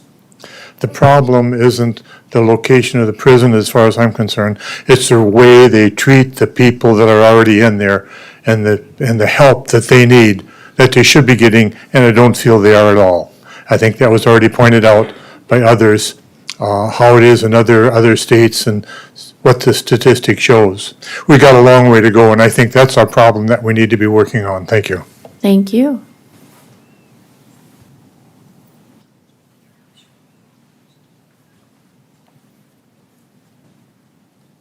Good evening, and thank you for all you do for Lincoln County. You're playing your part, what you do, appreciate it. I don't live in Lincoln County, but I live across the street from Lincoln County in Sioux Falls, so if that helps perspective of where it should be, I don't care where it should be, we don't want it in South Dakota. My perspective is I was a teacher in a prison in Tehachapi, California, and I'm trying to remember vocational, that's the word. This is what's happening, and this is the trend. They used to have, in the old days, vocational programs for prisoners, and when they got out, they had a life, because most of these guys like to work with their hands. They're not lazy bums. They're not necessarily academic, some are. And in California, for example, they shut down the most viable vocational programs I can't think of them right now, but the ones that you could go out and you could get a job, a high-paying job. Dry cleaning, I think, was one. There was carpentry. They shut down carpentry, mill and cabinet. I mean, and these guys, and they laid off the instructors, and those were important instructors. And the recidivism rate was an issue. So we need to concentrate on lowering recidivism. We need to concentrate on instigating vocational programs for these guys. So when they get out, they have work to do, they have money, they can pay rent. And that's my perspective as a teacher, a GED teacher for several years in the California State Prison. Thank you. Thank you. Ma'am, what was your name? I'm sorry. I apologize, Jean Childson. I live in Lincoln County. Thank you. Across the street from Any other speakers on this agenda item this evening? All right, now we're done with the public input portion. Commissioner Aaron's, did you have an actual letter drafted? I don't, Madam Chair, but I will just reread very quickly what it is I proposed, and this is what my motion is. I move that we provide a simple reply to the Lieutenant Governor stating the following. A prison at the proposed site is inconsistent with our comprehensive plan, regardless of the applicability of local zoning laws, as they may relate to state-owned property. Number two, a prison at the proposed site is inconsistent with the character of the neighborhood and its intended future use, which is rural residential housing. And three, successful and orderly future growth and development in Lincoln County requires a use of this kind to be located at a site that is designated as industrial commercial. That's it. Do we, I'll second that. do we know, when you're saying, do we know that it doesn't fit with our comprehensive plan? Do we have that from planning and zoning, a recommendation? I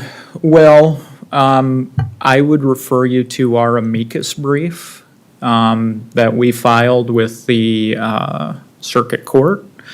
And we don't directly state that, but we do state that, we should be able to require the state to follow these rules. Now, I know that's not the purpose of this motion tonight. I don't think that probably answers your question the way you want it to. But I was here when Commissioner Poppins was here, and we voted on the amicus brief, and we had this discussion as a commission. And the issue came up where, when we voted on it, the discussion was that it was inconsistent with our comprehensive plan. So I think we as a commission have already voted on that issue. If you want to look into that some more, I've got no problem with that. But I don't think it takes a rocket scientist to figure out that you can't put a commercial industrial use like this next to a bunch of rural residential homes. So, Well, and I'm just asking the question, not to pick an argument or anything, but it seems that we had a proposed resolution to put this in the industrial park in Worthing. And I have all these people here and I thought that you brought that resolution, and so I'm not trying to pick on you, I'm just trying to figure out what this letter is actually gonna say. Like, I'm not saying that I wouldn't support it, I would like to see it in writing, because there is an industrial area by Worthing. Worthing doesn't want it. I think all of us commissioners probably have a little bit different opinions on what the letter should say. There's certainly nothing preventing us from giving our individual input in response to the letter, but we might have a really hard time coming up with one standalone letter that everybody supports. I'm not saying we can't do it. I'm just saying I don't know if we can do it without actually seeing it and maybe having some further discussion, although I don't want to delay it, and I see that there is a deadline, and I have no problem responding on my own.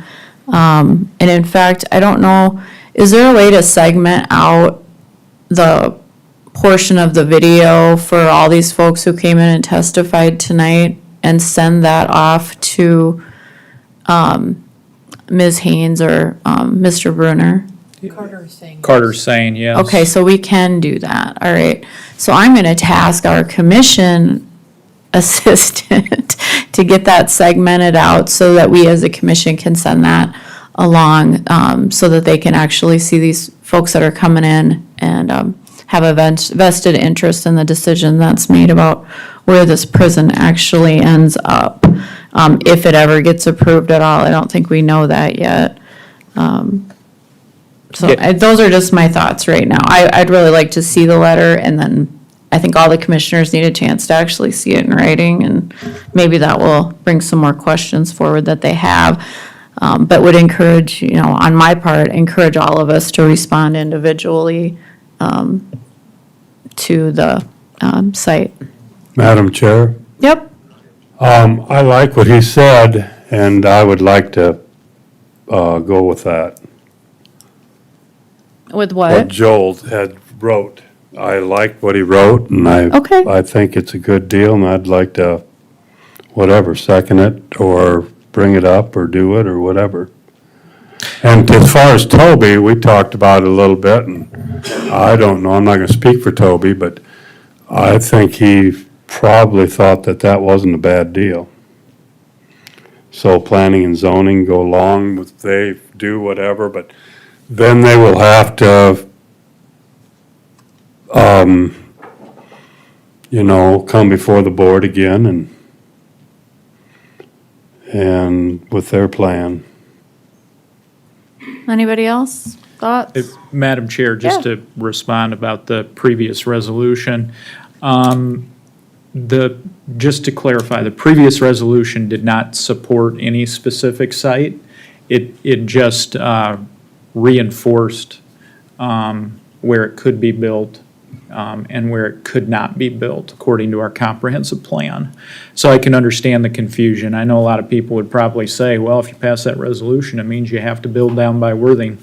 Well, no, it don't. No, it doesn't. It just means that if the state would choose to build it, that's what our comprehensive plan says, is you have to build in those areas. I think as a commission, at least for me personally, I believe in a limited form of government. We're commissioners, not kings or dictators. It's not the job of the Lincoln County Commission to decide where the next prison goes. That's up to the state legislature. Our job, I think, is just simply to stand up for our comprehensive plan, and as well as future growth and economic development, and the welfare of the citizens, of course. Gary, I appreciate your comments. Actually, criticism makes you think much harder and deeper than all the platitudes. And what I would say to you is what I've said in front of the Prison Reset Committee, as well as what I said here tonight, and that is the following. We need to stop telling everybody that nobody wants a prison in their backyard. And instead, we need to start telling people that a large industrial commercial use will go where large industrial commercial uses are intended to go. That's my position, and that's my belief. It's up to the state to decide where this thing will be built, but it's up to us as commissioners to defend our comprehensive plan. And if that means the state wants to say, well, it should go in at this currently proposed site, my belief is we have a duty to stand up and say, nope, time out. If you build that thing there, you're going to end up with this colossal cluster, because that's not where we intended big clusters like that to be built. We have a comprehensive plan now that is designed to go till 2050, and we want we permit big clusters like this, big projects and developments to be built at certain areas in the county. And those areas are where we have industrial, commercial planning and zoning. So that's my belief. I'm not a legislator. I don't control them. I'm not in charge of them. I'm just a county commissioner. And my job's to stand up for the comprehensive plan. And that's what I'm trying to do here tonight. Madam Commissioner, and I concur to all that. So the industrial areas are in the municipalities in our county. So you do want it in a town, if it's going to be here, whether it be Worthing or Canton. I'm just trying to, That's not in Worthing out there. You said in municipalities, not in Worthing out there. That's not in our, city limits. Yeah. but the industrial park was what was talked about earlier. You said that you want industrial parks in all municipalities, well, that one isn't, so. All right. Anyway, I know you get where I'm coming from, that we're gonna push it to places where there's other types of economic development going on by making that statement. So I don't think there's a perfect answer, and I don't know if there's a perfect letter. Those are just my thoughts. Can I say something? I'm sorry. I'm sorry. If you wanna come on up, you can come up. I'm gonna try and. Scott DeWitt, 301 South Cherry Street, Worthing, South Dakota. Chairperson Landine, you had made a statement earlier that you're gonna look at the video and you can send your opinions into the legislator or whatever. Personally, I think this whole reason we're here is for the county commissions to represent us all of us as one body. This is the body right here, not individually. So I want to see if I might be mistaken, maybe, but if that was your statement, I disagree with sending in individual comments. I want it to be all the county as the one body. So. And I thank you, your comments are well taken. I Okay. just don't know if we're gonna be able to agree. All of us are different, and we all represent I totally different- understand. I don't Yeah. understand that, but we need it to be public knowledge that who's standing where and who's not. So, I mean, you all are elected officials, so, you were elected by citizens. Thank you. And we want to know where you all stand, just saying. And Thank I you. would appreciate that you would all stand together as united, so, thank you. Thank you for that. I don't like, Madam Chair, I know I'm the most unpopular person right now, but I'm not gonna, I still am standing on what I firmly believe and what I was taught by state's attorneys. But just for the sake of discussion, I want to tell you something. How many of you have been in the Christian ministries inside the penitentiary? How many of you have laid in a cell with convicted people? How many of you have taught GED classes to individuals? Thank you, ma'am, because I taught GED classes inside the penitentiary for a long time for a lot of kids to get out. How many of you have mentored individuals that have gotten out of prison and saw that they tried to stay on the straight and narrow? God bless you, because that is what, to me, we don't talk about, what is necessary inside of a prison. I have very strong opinions that we need to not incarcerate, we need to educate, we need to help these individuals get out. Unfortunately, we're here tonight, and I know what you want this letter. I agree with our chair, I don't know that the wording on that thing, may seem kind of simple, but it has interpretation. But I'm a stubborn German, and I'm going to stand on what I told you at the very beginning. If you disagree, you can ask our state's attorney if I'm wrong on this, which I'm not, because I was told this over and over again, Mike. I don't know where the judge came from and asked you the question on that. So, okay, so I'm unpopular, but that's where I am, and I will not vote. I just can't do that. Madam Chair, and I don't know where all commissioners stand on this. I've only heard a couple of you. Haven't heard from Commissioner Otten yet, and would welcome her input. But we are trying to find some consensus here tonight, and we're trying to find some constructive consensus. And so if the language that I provided, doesn't catch your fancy, and you won't go for it, at a minimum, I think what we should do is at least send a letter to the Lieutenant Governor with our video of what we have here, along with the comments that were made, and said, look, these are where the residents of Lincoln County stand on this issue. And I understand that may not meet with the fervor of the crowd here, but, as elected leaders, we're not supposed to just stand in front of the lynch mob and lead it. It's not what Lincoln wanted us to do. He wanted us to be a little more reasoned in our approach to public service. And so, as a commission, like I said before, we're not dictators, we're commissioners. And it does take a minimum of 3 votes, but it would be nice to get a consensus at least that we do send a letter to the Lieutenant Governor at a minimum, reflecting at least what the public input was and what the citizens said. I mean, yes, I'd like to have my way. I'd like to support for the 3 things I outlined, but I'm realistic too. But and I'd like to hear from you, Commissioner Otten, as to where you're at on this. Well, there is so much out there, especially your statement toward the prison reset about that. I think that you held up the dots here, and I think that you were pushing for for Worthing. So there's a lot of confusion out here. And I also, Carla Lem said that she contacted Tony Van Huysen, our Lieutenant Governor, and I did the same thing. I said, why are you putting this letter out now? To me, it's way too early.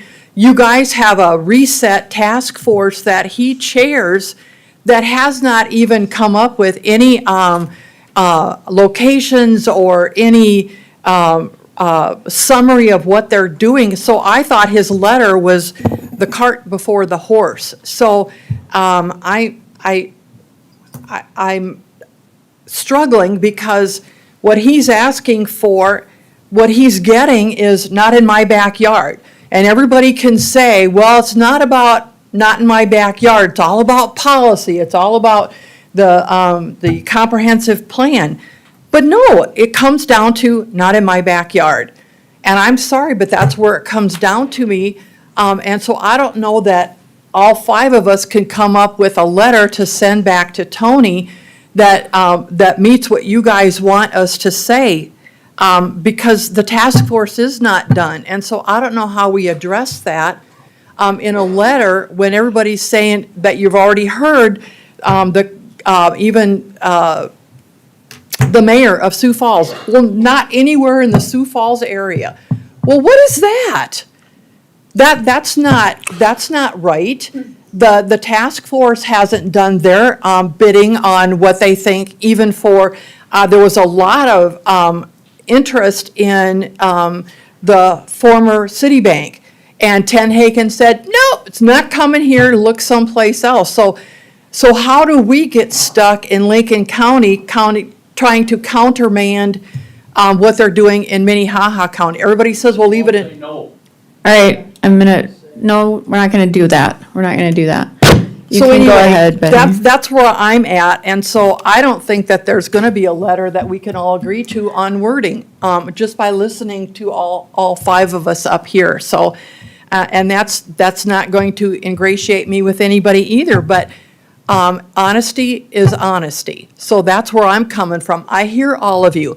And then when somebody says, well, our comprehensive plan, well, let's put it over in Worthing. And you got all the people here from Worthing said, no, that's too close. And I understand totally. The roads, the infrastructure, the water, all of that. So I don't know, I agree with Chairman Landine. I don't think that there's a letter with wording that we can come up to. So She's just trying to make it so that the lieutenant governor gets what you guys are hearing firsthand, not in a letter that comes from us. I totally think that you should also, and I know that there's opposition to contacting them about individuals, but people in this room don't even agree. So that's what I have to say. You know, I think, and maybe I'm wrong about this, I don't think there's probably anyone sitting here that doesn't think that this prison should comply with our comprehensive plan. Can we agree on that? Well, and I think the bottom line still comes down from the Supreme Court decision, which we don't have. Well, we don't know if they have to comply with our comprehensive plan, but right. certainly we probably all want them to. Is that a fair statement? Madam Chair, you know, what's sad about this whole dang deal is they're not gonna shut the prison down in Sioux Falls if they do build one here or in Metro or wherever. It'll still be there. It won't be as big, but it'll still be there. See, this is what's the joke about the whole thing. Madam Chair, if you're trying to find middle ground, I am. and you say that it is our comprehensive plan, which we all passed. So I can- obviously I we can want it comfortably- followed. I can comfortably say, whether it's a prison or whether it's an industry, whatever it is, it has to comply with what the rules and regulations that we have set forth. That has to. There you go. So we're not saying, I'm not saying where, I'm not saying anything, but I'm just saying it has to comply with our comprehensive plan, period. That's all. That's the guidelines that we put in place. We're not expressing, in my mind, an opinion on any location. We're just saying this is what Lincoln County has for a requirement. This is what they have to follow, so that's it. That's exactly what Joe was saying, you know, so I mean, I like what Joel said. I'd like Not to quite, put that. But I mean, we're not talking about location here. We're not picking whether we're for Highway 18 or whether we are. I mean, we have deals, but a comprehensive plan, if that's your middle ground, yeah. If that's what you're saying, Joel, pure and simple, I will modify my motion to say as much. There we go. Maybe And we we've got- and table it then and we, This is how we build consensus. It's I- not always easy. You don't always get what you want, but you have to look for the places that you can agree, and then you have to move forward, and you have to move forcefully into those areas, and you've got to assert yourself. And that's how we start to affect the kind of change we want to see. So if, a half loaf's better than a whole loaf, right, Commissioner Schmidt? yeah, well, see, yeah, We've you been guys play- are saying the same thing. We've been playing the So, game. you know, You know- there it is, and and I agree. I respect all you people for what you've done. I mean, it is phenomenal what you have accomplished in, I think, moving they were hell-bent for putting this down. I know that I've talked to Mr. Eastland back there, and he called me when they were tearing down the buildings. Well, you completely stopped that. Now you have a reset study, and where they end up, that's going to be their decision. But a compromise, Joel, I can live very comfortably with it, with a comprehensive plan that we put in place, and yes, we spent a damn lot of money to get that thing, so we better reinforce it. So if we send a letter off to the Lieutenant Governor saying that as a Lincoln County Commissioner, anything that comes in, any prison that would be located in Lincoln County would have to meet our comprehensive plan to the T, right? Absolutely. Okay. And, Did I just hear everybody say we agree? and That's And, great. I think we got an agreement. And just for the record there, Commissioner Otten, I concur. I have not taken a position on where it should be. I'm taking a position on where it should not be. There you go. Okay. Now we're getting somewhere. So I'll modify my motion to state that, the Lincoln County Commission, I'm sorry, Joel, does he have to withdraw Well, I don't know that I We had can do actually whatever, asked for yeah. a motion yet, so, Well, you had a motion and a second on the table. okay. There you go. Let's So vote do on you it. wanna withdraw your first motion? I'll withdraw it and modify it. Okay. So, I withdraw my second. thank you. All right, now you have a modified motion. Thank you, Madam Go Chair. ahead. So my motion is to send a simple reply to our Lieutenant Governor stating the following. Any proposed prison built in Lincoln County needs to be built consistent with our county comprehensive plan. And then we should attach a copy of the video from tonight. That's my motion. Thank you. Now do I have a second? I second it. Thank you. Any further discussion? Are we good to go? We're good to go. All right, we call the roll, Alicia? Commissioner Aaron's, Yes. Otten, Yes. Schmidt, Yes. Putnam, Yes. Landine. Yes. Motion carries. Thanks for everybody for coming in on that agenda item and Thank you. sharing your thoughts with us on it. Have a good evening. Next item on our agenda, we have a motion to allow private fireworks sales at the Lincoln County Fairgrounds. Please tell me this is not controversial. Well, as Commissioner Aaron said, this is what everybody was here for, so. Need to find the item here. Okay, this is Drew DeGroat from the State's Attorney's Office. This is being Speak a brought in little front. louder, will ya? Yep. Can you folks take your conversations out a little bit? Go ahead, Drew. Drew DeGroat from the State's Attorney's Office. This item is being brought in front of the commission due to the fact that it was a condition of the conditional use permit that full approval will be given by the Board of Commissioners. The time to appeal the Planning Commission's approval has run. That ended at 5 o'clock today.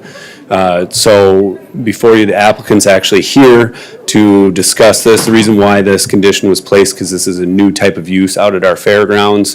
If it's a private business leasing the parking lot area for private sale of fireworks. So this is a new type of use and want to make sure it's in front of the full boards for consideration. Thank you. Does anybody have any questions for Drew? Drew, Drew, just, I have a question, too. Go ahead, Go, Commissioner. so, I mean, I'm not, I'm not opposed to it or anything like that. I mean, they're the first ones to come and ask, and that's fine with me, and I probably don't see anybody else lining up to want to lease from the county. What I'm just thinking of in terms of policy, as opposed to, the transaction of the request, is do we have something in place? Do we need something in place when private parties want to lease to conduct commercial activity on county property? You previously were in Minnehaha County, I'm interested, maybe you ran into it there, maybe you haven't. I'm just want to get some dialogue on that part of the discussion. Absolutely, and I actually brought this up to Commissioner Otten as liaison for the fairgrounds. I said, we need a policy in place if this is the type of use that's going to be happening. We do have a standard template for rental agreement out at the fairgrounds. That'll be utilized here, but we also had the condition that they have insurance that would name the county as additional insured. That's not in policy. That was something that I had discussed with Commissioner Otten, that make sure that's in place since we don't have a policy. And if, for all intents and purposes, I believe that's going to be in place, and you can speak to the applicant, but we will be developing a policy for the future. Does that you. include like are they gonna be able to use them and demonstrate them out No. there? No, So, okay. just the sale. Just the sale. And may I add, because I was at the planning and zoning, I didn't, it's in the 4-H rental agreements that fireworks can be there. They are also bringing in porta potties, they're gonna have, all kinds of stuff set up out there, cleaned up. Wendy even offered to have them come inside, and I think you said that you would be better off just having your tent outside because it will be during for July 4th in Lenox, and people can just stop by and get stuff. But no, there's no demonstration out there at all. Drew, I got a question. I don't have any problem with fireworks you know, are we establishing a nose under a tent, though? Are doing this, I mean, are we allowing, if fireworks can come in, what other activity can go out there to utilize the fairgrounds? I mean, Yeah, potentially, but I mean, if you want to look at Minnehaha County, the Sioux Empire Fairgrounds, I mean, you have automotive sales, they have Yeah. private businesses out there, Yeah. they'll rent space pretty frequently. Obviously, that's under a different agreement because it's through the Sioux Empire Fair Association, through their lease agreement with the county, so it's a little bit different, but I mean, it's a type of use that's been, there's precedent. But to the positive side, it would be a source of revenue. And I mean, not only for 4-H, but for the county to regroup their original investment in this whole thing, you know? Sure, yeah. Yeah, Yep. and there's, as long as there's guidelines, so, Yep. okay. Yep. Any other questions? Don't have. Is there a motion?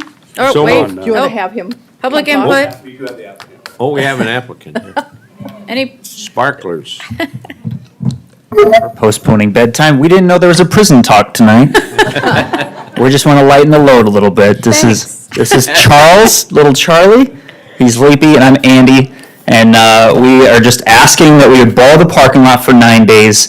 The old Goldman Auction Building that you guys are in possession of now. Makes a good spot for the old-fashioned 4th of July. You guys have like thousands of people in Lennox. Just say you guys, but Lennox has thousands of people that come in, and instead of going to the T exit, we're just hoping if we can serve them on the Lennox right when they're coming out of the city limits. It's 9 days, full insurance policy. We have porta potties, dumpsters. We're not using the county's building dumpster, any of their liability or anything. We're going to make sure we're out of the way for traffic, and that's about that. So if you guys have any questions for me, I'm here to answer them. Otherwise, I can sit back down. I think you could sit back down. It's bedtime. Yes, it is. It's We're- bedtime. We're ready for it, so. All right, any public input on this? All right, I'd move for approval, Madam Chair. thank. Second. I've got a motion from Schmidt, second from Otten. Call the roll, please. Commissioner Aaron's, Yes. Otten, Yes. Schmidt, Yes. Putnam, Yes. Landine. Yes, motion carries. Good night, Thank Charlie. you.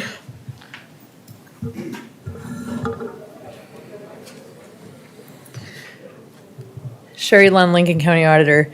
I'm just, want to have a motion to move $24,917.65 from the general fund to an opioid settlement fund. Legislative audit has given us direction to set up a separate fund to track the money.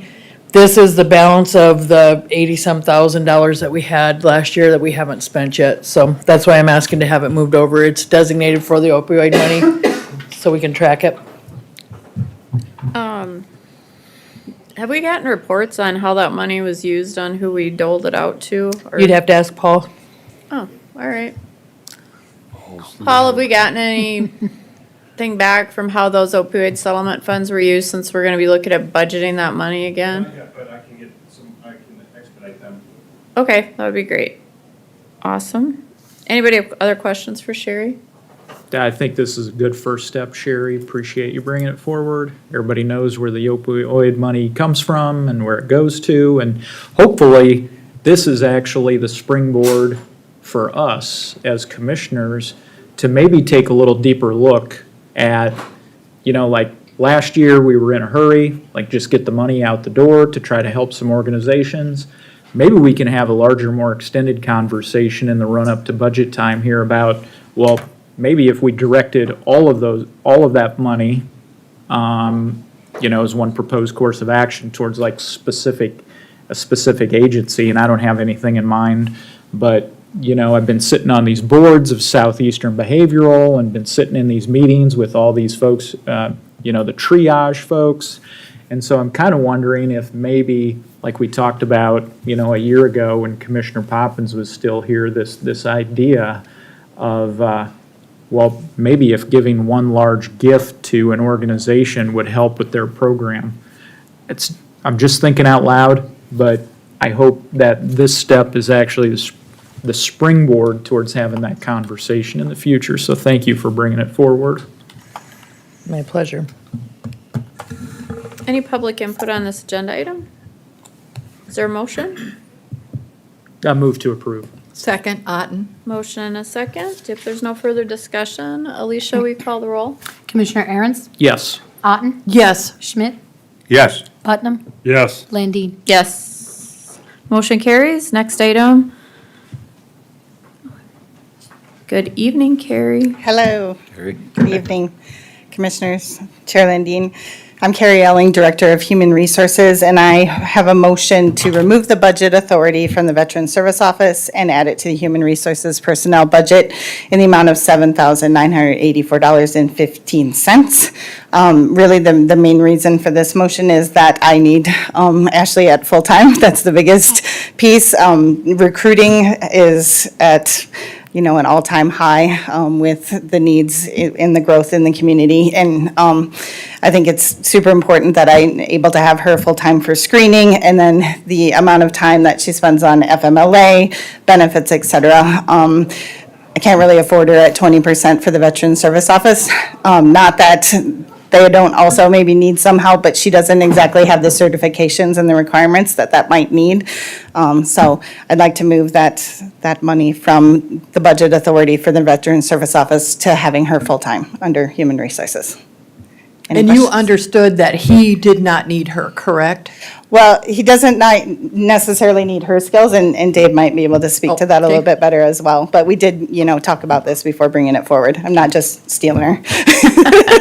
All right. If you want to say more. Sure. David Eckley, Lincoln County Veteran Services. So yes, we did talk about it.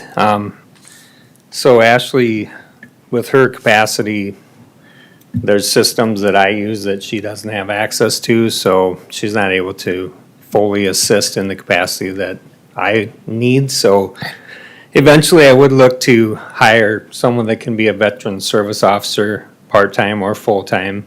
That's not in the plan just yet, but that's what I would look at. Someone that can be accredited. A veteran would be an accredited veteran service officer.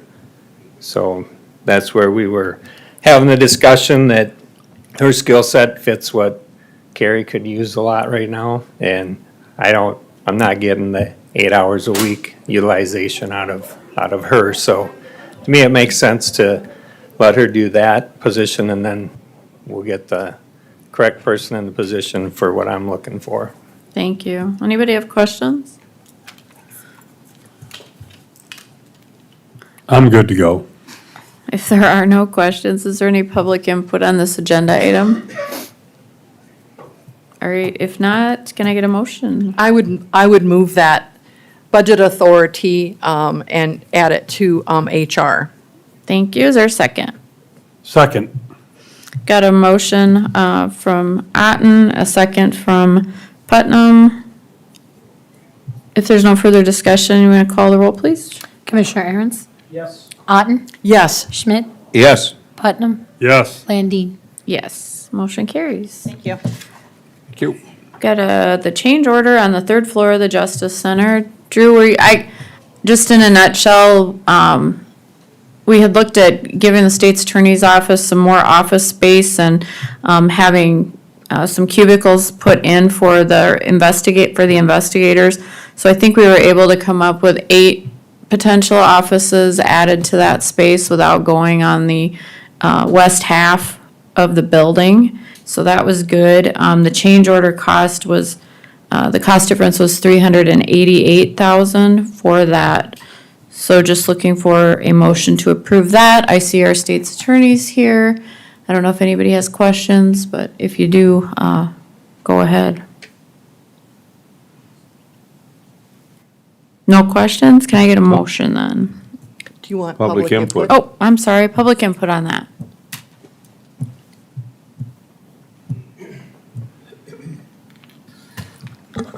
Linda Montgomery, Fairview, South Dakota. Madam Chair and Commissioners, in March, we did a $70,000 budget item to have the architects, come up with a redesign. And now we're looking at another $388,000 for something that wasn't initially in the plan for this building. I just find I don't think they've all been under one roof to this point, and maybe I'm wrong on that, but I don't think so. And it just seems like, on top of everything else, doing this now, it just seems like too much, too late, and I would like you to vote no on this. Thank you. Any other input? All right, any discussion amongst the commission?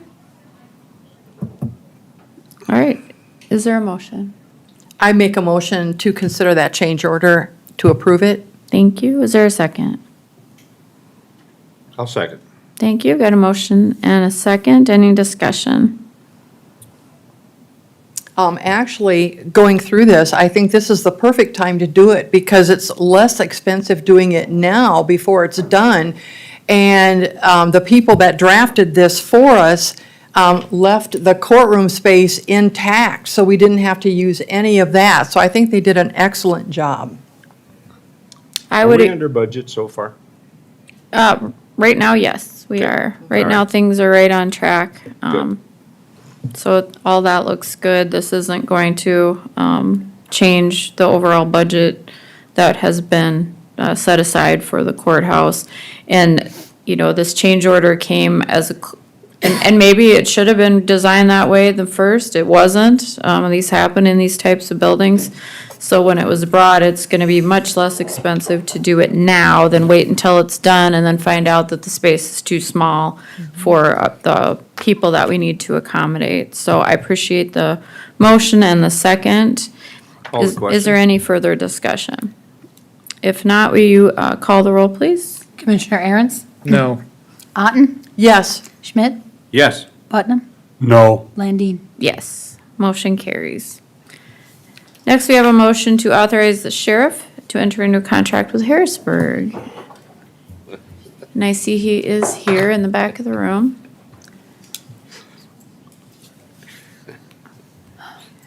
Good evening, Steve. Good evening, Steve Swenson, Lincoln County Sheriff. So I was approached about a year ago by the city of Harrisburg about using some space in the Liberty School, the old school that's on Willow Street in Harrisburg. During the process, apparently the city of Harrisburg has moved on from that or isn't moving forward with that agreement at this time. So I was approached by Tim Graff, the superintendent of Harrisburg, to tour the building again and see if there was any space the sheriff's office would find valuable for our operation. As you currently know, we're operating out of a small building, a block off Willow, not in the public view. It's not very professional, to say the least, but we definitely appreciate the space that we have. They allow us a ton of space for our equipment, but it's not ideal for our deputies to work out of.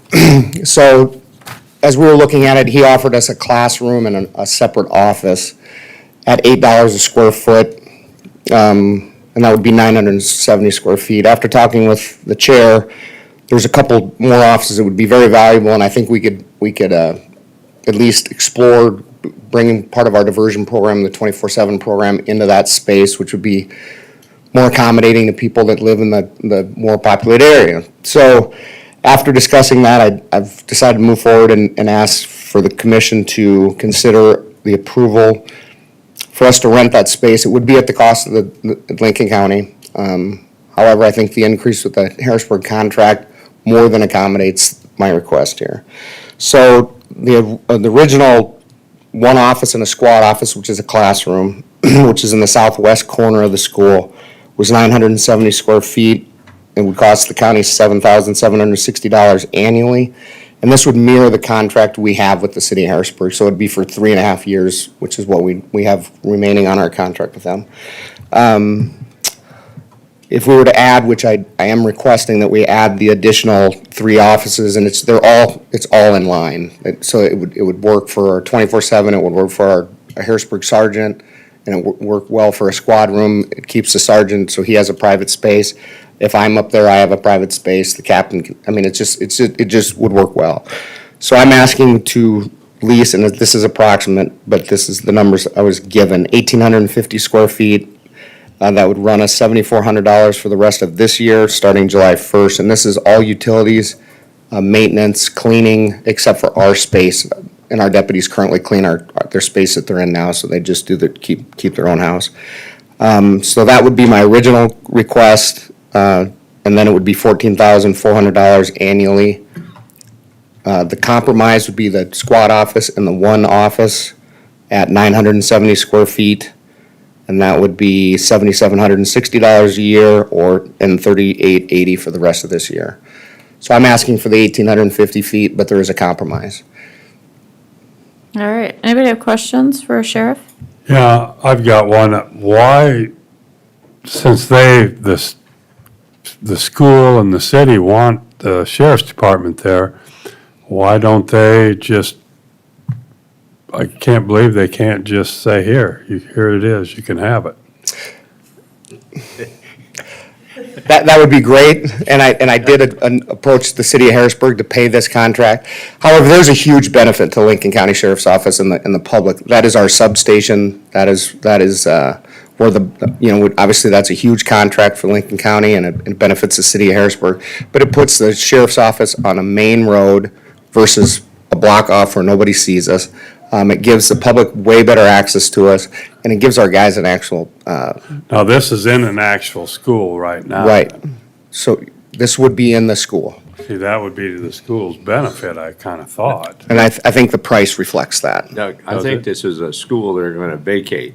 They're vacating, there'll be a daycare, some Head Start stuff. The school's really trying to utilize the taxpayer building to the best benefit, and I think this benefits the Lincoln County Sheriff's Office more than it benefits the school. Because there's not gonna be, the students won't be there, it's the school there, they've resourced the new grade school, so it's right across from City Hall.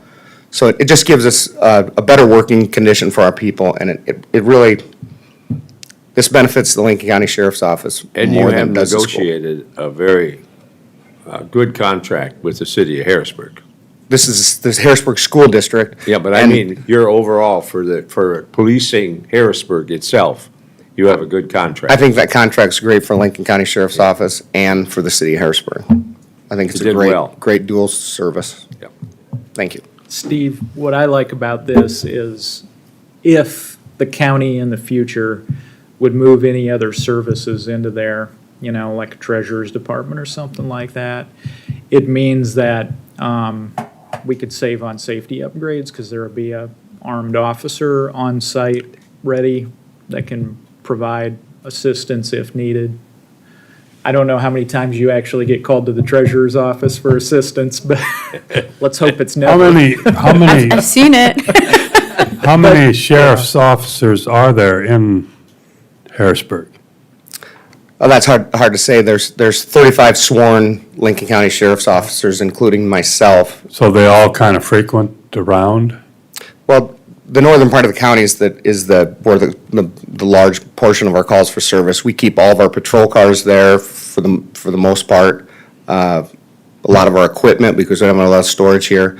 It's just a great hub. And then they a lot of the guys live in Sioux Falls, or guys and girls live in Sioux Falls. They'll come to Harrisburg, and then they fan out from there, and then they So come. there'll always be one or two people in that office then, or at least one, Well, maybe, Or more. maybe not. yeah, but it's definitely be more desirable, but we try not to get behind the desk because our cars are kind of our offices, but we utilize the office space a lot, and for a lack of a better word, the current office we're in it's not an office, it's a less than desirable working conditions. I guess I've never seen it, so. It's a machine shed with doors and windows. And a window air conditioner. It's right next to the American Legion. I've been in that. I have. I've been in that substation multiple times. It, like I told Steve when we were walking in, I said, when I first saw that email, I'm like reflexively, no, I don't want to spend any money. But then, Steve explained the fact of what's going on up there. So it all makes common sense. It was a temporary place how many years ago? Yeah, yeah. And honestly, getting our foot in the door initially, getting this probably the best space in the building, and Tim Graff has been more than gracious and accommodating, and this is, I don't think this is something we should pass up as a county. You say that there's a little more footage that you would like to have. Would you want it now or just wait till you kind of grow into it? No, we would want it now. We'd take possession July 1st, and they're excited to get us in there, and I think, I haven't even told my staff about this, because if it gets shot down, I think they'd be very disappointed, but I think this would be a big morale thing for the men and women that run up and down the streets for Lincoln County. Steve, did I read in your letter that it was budget neutral or close to it? So I will make this work. I will squeeze every penny to make this work, to not ask for any additional funds this year or next year. And that's a big part of the 24/7. I think there could be a revenue source here. However, I will squeeze other things and make this work. That I think it's that important. Okay. And it's I like to hear that. Thank you. Any public input on this agenda item? Madam Chair, All right, if not, can I get a motion? Yep, I move for approval. okay, Is there a second? okay. Second. I've got a motion from Schmidt, a second from Aaron's. Any further discussion? Let's do it. All right, we call the roll? Madam Chair, are we doing the 1850 then? We're doing the 15, the The total package 1850, that you right? requested. That I was thought your, you'd Jew them down. That's your package, and that's what we're so motion. that's your motion? That's my motion. And that's your second, Commissioner Aaron? Yeah, the 1,850 square feet. Thank you for the Well, clarification. he said he could make it work, so without money, so it's good. Alicia, with that clarification, will you call the roll? Absolutely. Commissioner Aaron's? Yes. Otten? Yes. Schmidt? Yes. Putnam? Yes. Landine? Yes, motion carries. Next item, David. motion to approve Lincoln County Airport to replace the north gate for $6,435. Yep, good evening. Dave Myers from the airport. When I first started working at the airport, one of my concerns was security. And security with people coming in and out of the airport without just no policing it. And I've been fighting this gate since probably September, breaking fuses and so forth. So all of a sudden, it just went out. So the motherboard's out, the motor doesn't work. So I got two bids. One is from Michael's Fence. When I first started there, I worked with Michael's Fence on the southwest gate. They did a very good job. The gate's still functional. And then I got another bid from American Access Company.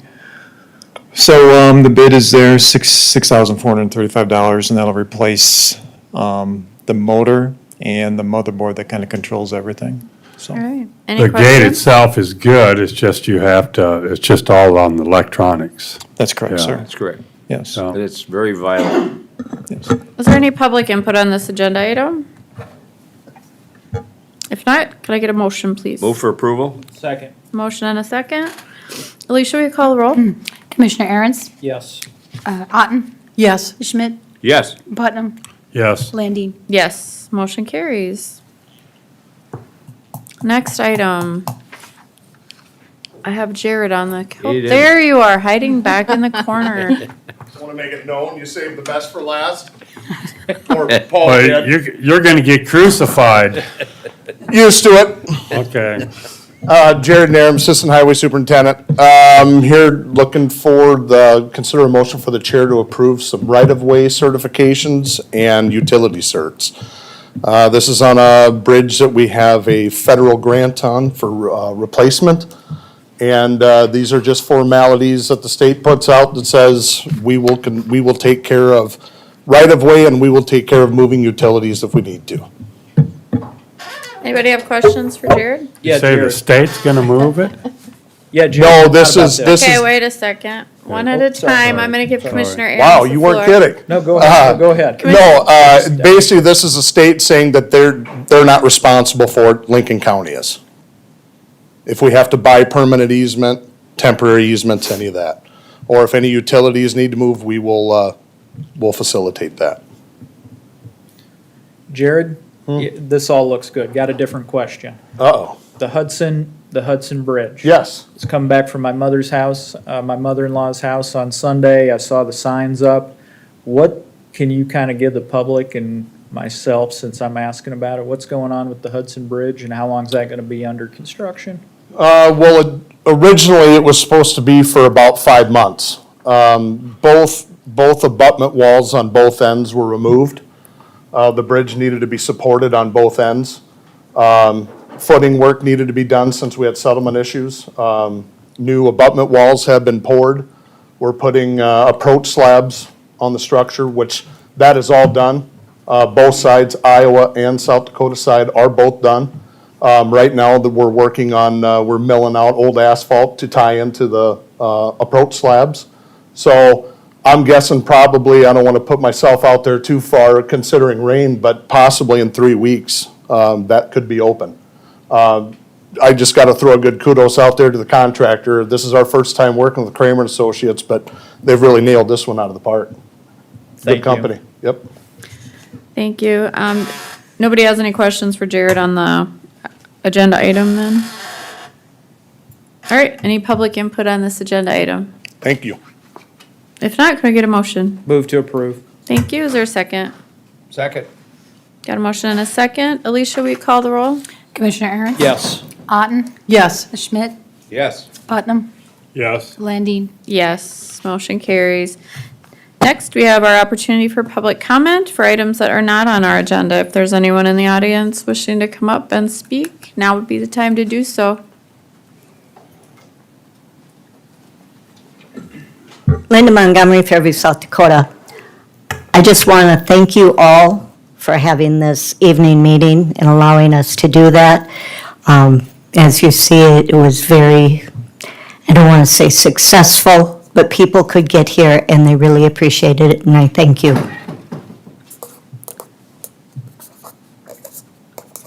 Good evening again. My name is Gene Childs. I live in Lincoln County. As I understand it, you did not make a commitment, yes or no, about the letter you agreed, in quotes, to send to Lieutenant Governor about building a prison in Lincoln County. When you send the letter, be sure you send an unedited video of every statement made by we the people who attended tonight and spoke up. I'm considering moving across the street. I thought that the commissioners of Minnehaha were a clown. I'm considering moving across the street to Minnehaha County, but I do appreciate you making this Friday night so many people can attend. Thank you. Thank you. Any other public comment this evening? Again, it's for items that are not on the agenda. Hi, Amy Harms, Sioux Falls. I just want to thank you guys for having the evening meeting. I think everyone really appreciated it, and it gave us an opportunity to come and see our elected officials at work. So thank you. Thank you. Anybody else? All right, we have any commissioner reports? Madam Chair? Yes. On 5/13, we had a presentation from Lifescape, and they invited us to go through a tour. And my husband and I did that, and if you guys have not been to and taken a tour through Lifescape, it is well worth it for what they're doing, and they're building a new site, which is up north, but it's an incredible facility. Awesome, thank you for that report. Any other commissioner reports tonight? Briefly, Madam Chair, last week, we had a National Association of County Board meeting in Rapid City, South Dakota. It was called the WIR Western Interstate Region, in which the Board of Directors for the National Association discussed several items which are of interest to counties. And many of those we talked on. I'll just name a few of the area topics that we covered. Agricultural and rural affairs, because we were talking about the Farm Bill. We were talking about economic development and workforce and immigration and how that affects it. We talked about the environmental impact that would have pipelines, on logging, on, drilling and that sort of stuff. We spent a lot of time talking about a health issue and how that will ultimately affect counties with some of the programs that are being underfunded or not funded. We talked a lot about justice and public safety. We talked about incarceration to a large degree, on alternatives for prisons. We talked about telecommunication, and we talked a lot about transportation. And all of those are issues that ultimately affect every county in the nation. I'm happy to say that we'll have another meeting of which your auditor and myself serve on a national board. And we'll be bringing several of these items up and talking more and bringing back several things. We talked a great deal about AI and these data centers that are being proposed around the country and what impact that not only has on your environment, but on your economy, because they take immense amounts of electricity. I think there's one that is being proposed by Clear Lake, South Dakota. And the one thing that's holding them back is the amount of energy or electricity needed and water to cool these supercomputers that are there. And there's one out in Rapid City that will probably cover, if you want to imagine, 90 acres of ground. And the amount of electricity that could go into that would equal the amount of electricity that's used in Rapid City. Just think about that. So, I mean, these are being talked about across the nation. So it's something that we should be looked at, because who knows? Lincoln County could be a site for one of those. So anyway, that's just an FYI. Thank you, Commissioner. Any other reports this evening? Madam Chair, Commissioner Schmidt and I sat down and we corresponded with Paul Anderson as well about dates and times we're going to be meeting for the old courthouse committee. I don't know what to call it yet, but so the public knows, and those of you in the audience, we've formed a committee with citizens from all of the communities here in Lincoln County, and we've got their participation. They've agreed, and we're going to be meeting here every Tuesday night for 3 to 4 weeks in a row, and we're going to discuss and debate the merits of keeping or remodeling or demolishing the old courthouse. We're going to go through all the ins and outs, the nuts and bolts of it, and the finances of it. And we're going to, most importantly, take some public testimony on it to figure out where the community is at and try to form some consensus on how do we move forward. We understand it holds a lot of sentiment. It's been with this community for over a century, and we're looking forward to that. I think our first meeting is going to be on June 10th. It's going to be here in the commission chambers, so it will be live streamed. So you don't have to come here at 6:30 at night if you don't want to. You can watch it online. But we're making progress on that, and I think we'll be rolling that out in the next week or so. Yeah, Joel, we may even shoot that up for January, or for the 3rd, and we looked at having public comment maybe on the 10th. So that will be, everybody can come to give their particular points of view, so. Yeah, and I stand corrected. The first meeting is on the 3rd. Yep. I was scrolling through my calendar here. You're correct. It's Tuesday evening, June 3rd, 6:30. Thank you. Would it have to do with bring your own dynamite if you want a piece? Well, with that, any other commissioner reports? All right, if there's no other reports, no executive session tonight, can I get a motion to adjourn, please? Thank you. Is there a second? Second. Thank you for that. All in favor signify by saying aye. Aye. Aye. All opposed, same sign. We're adjourned.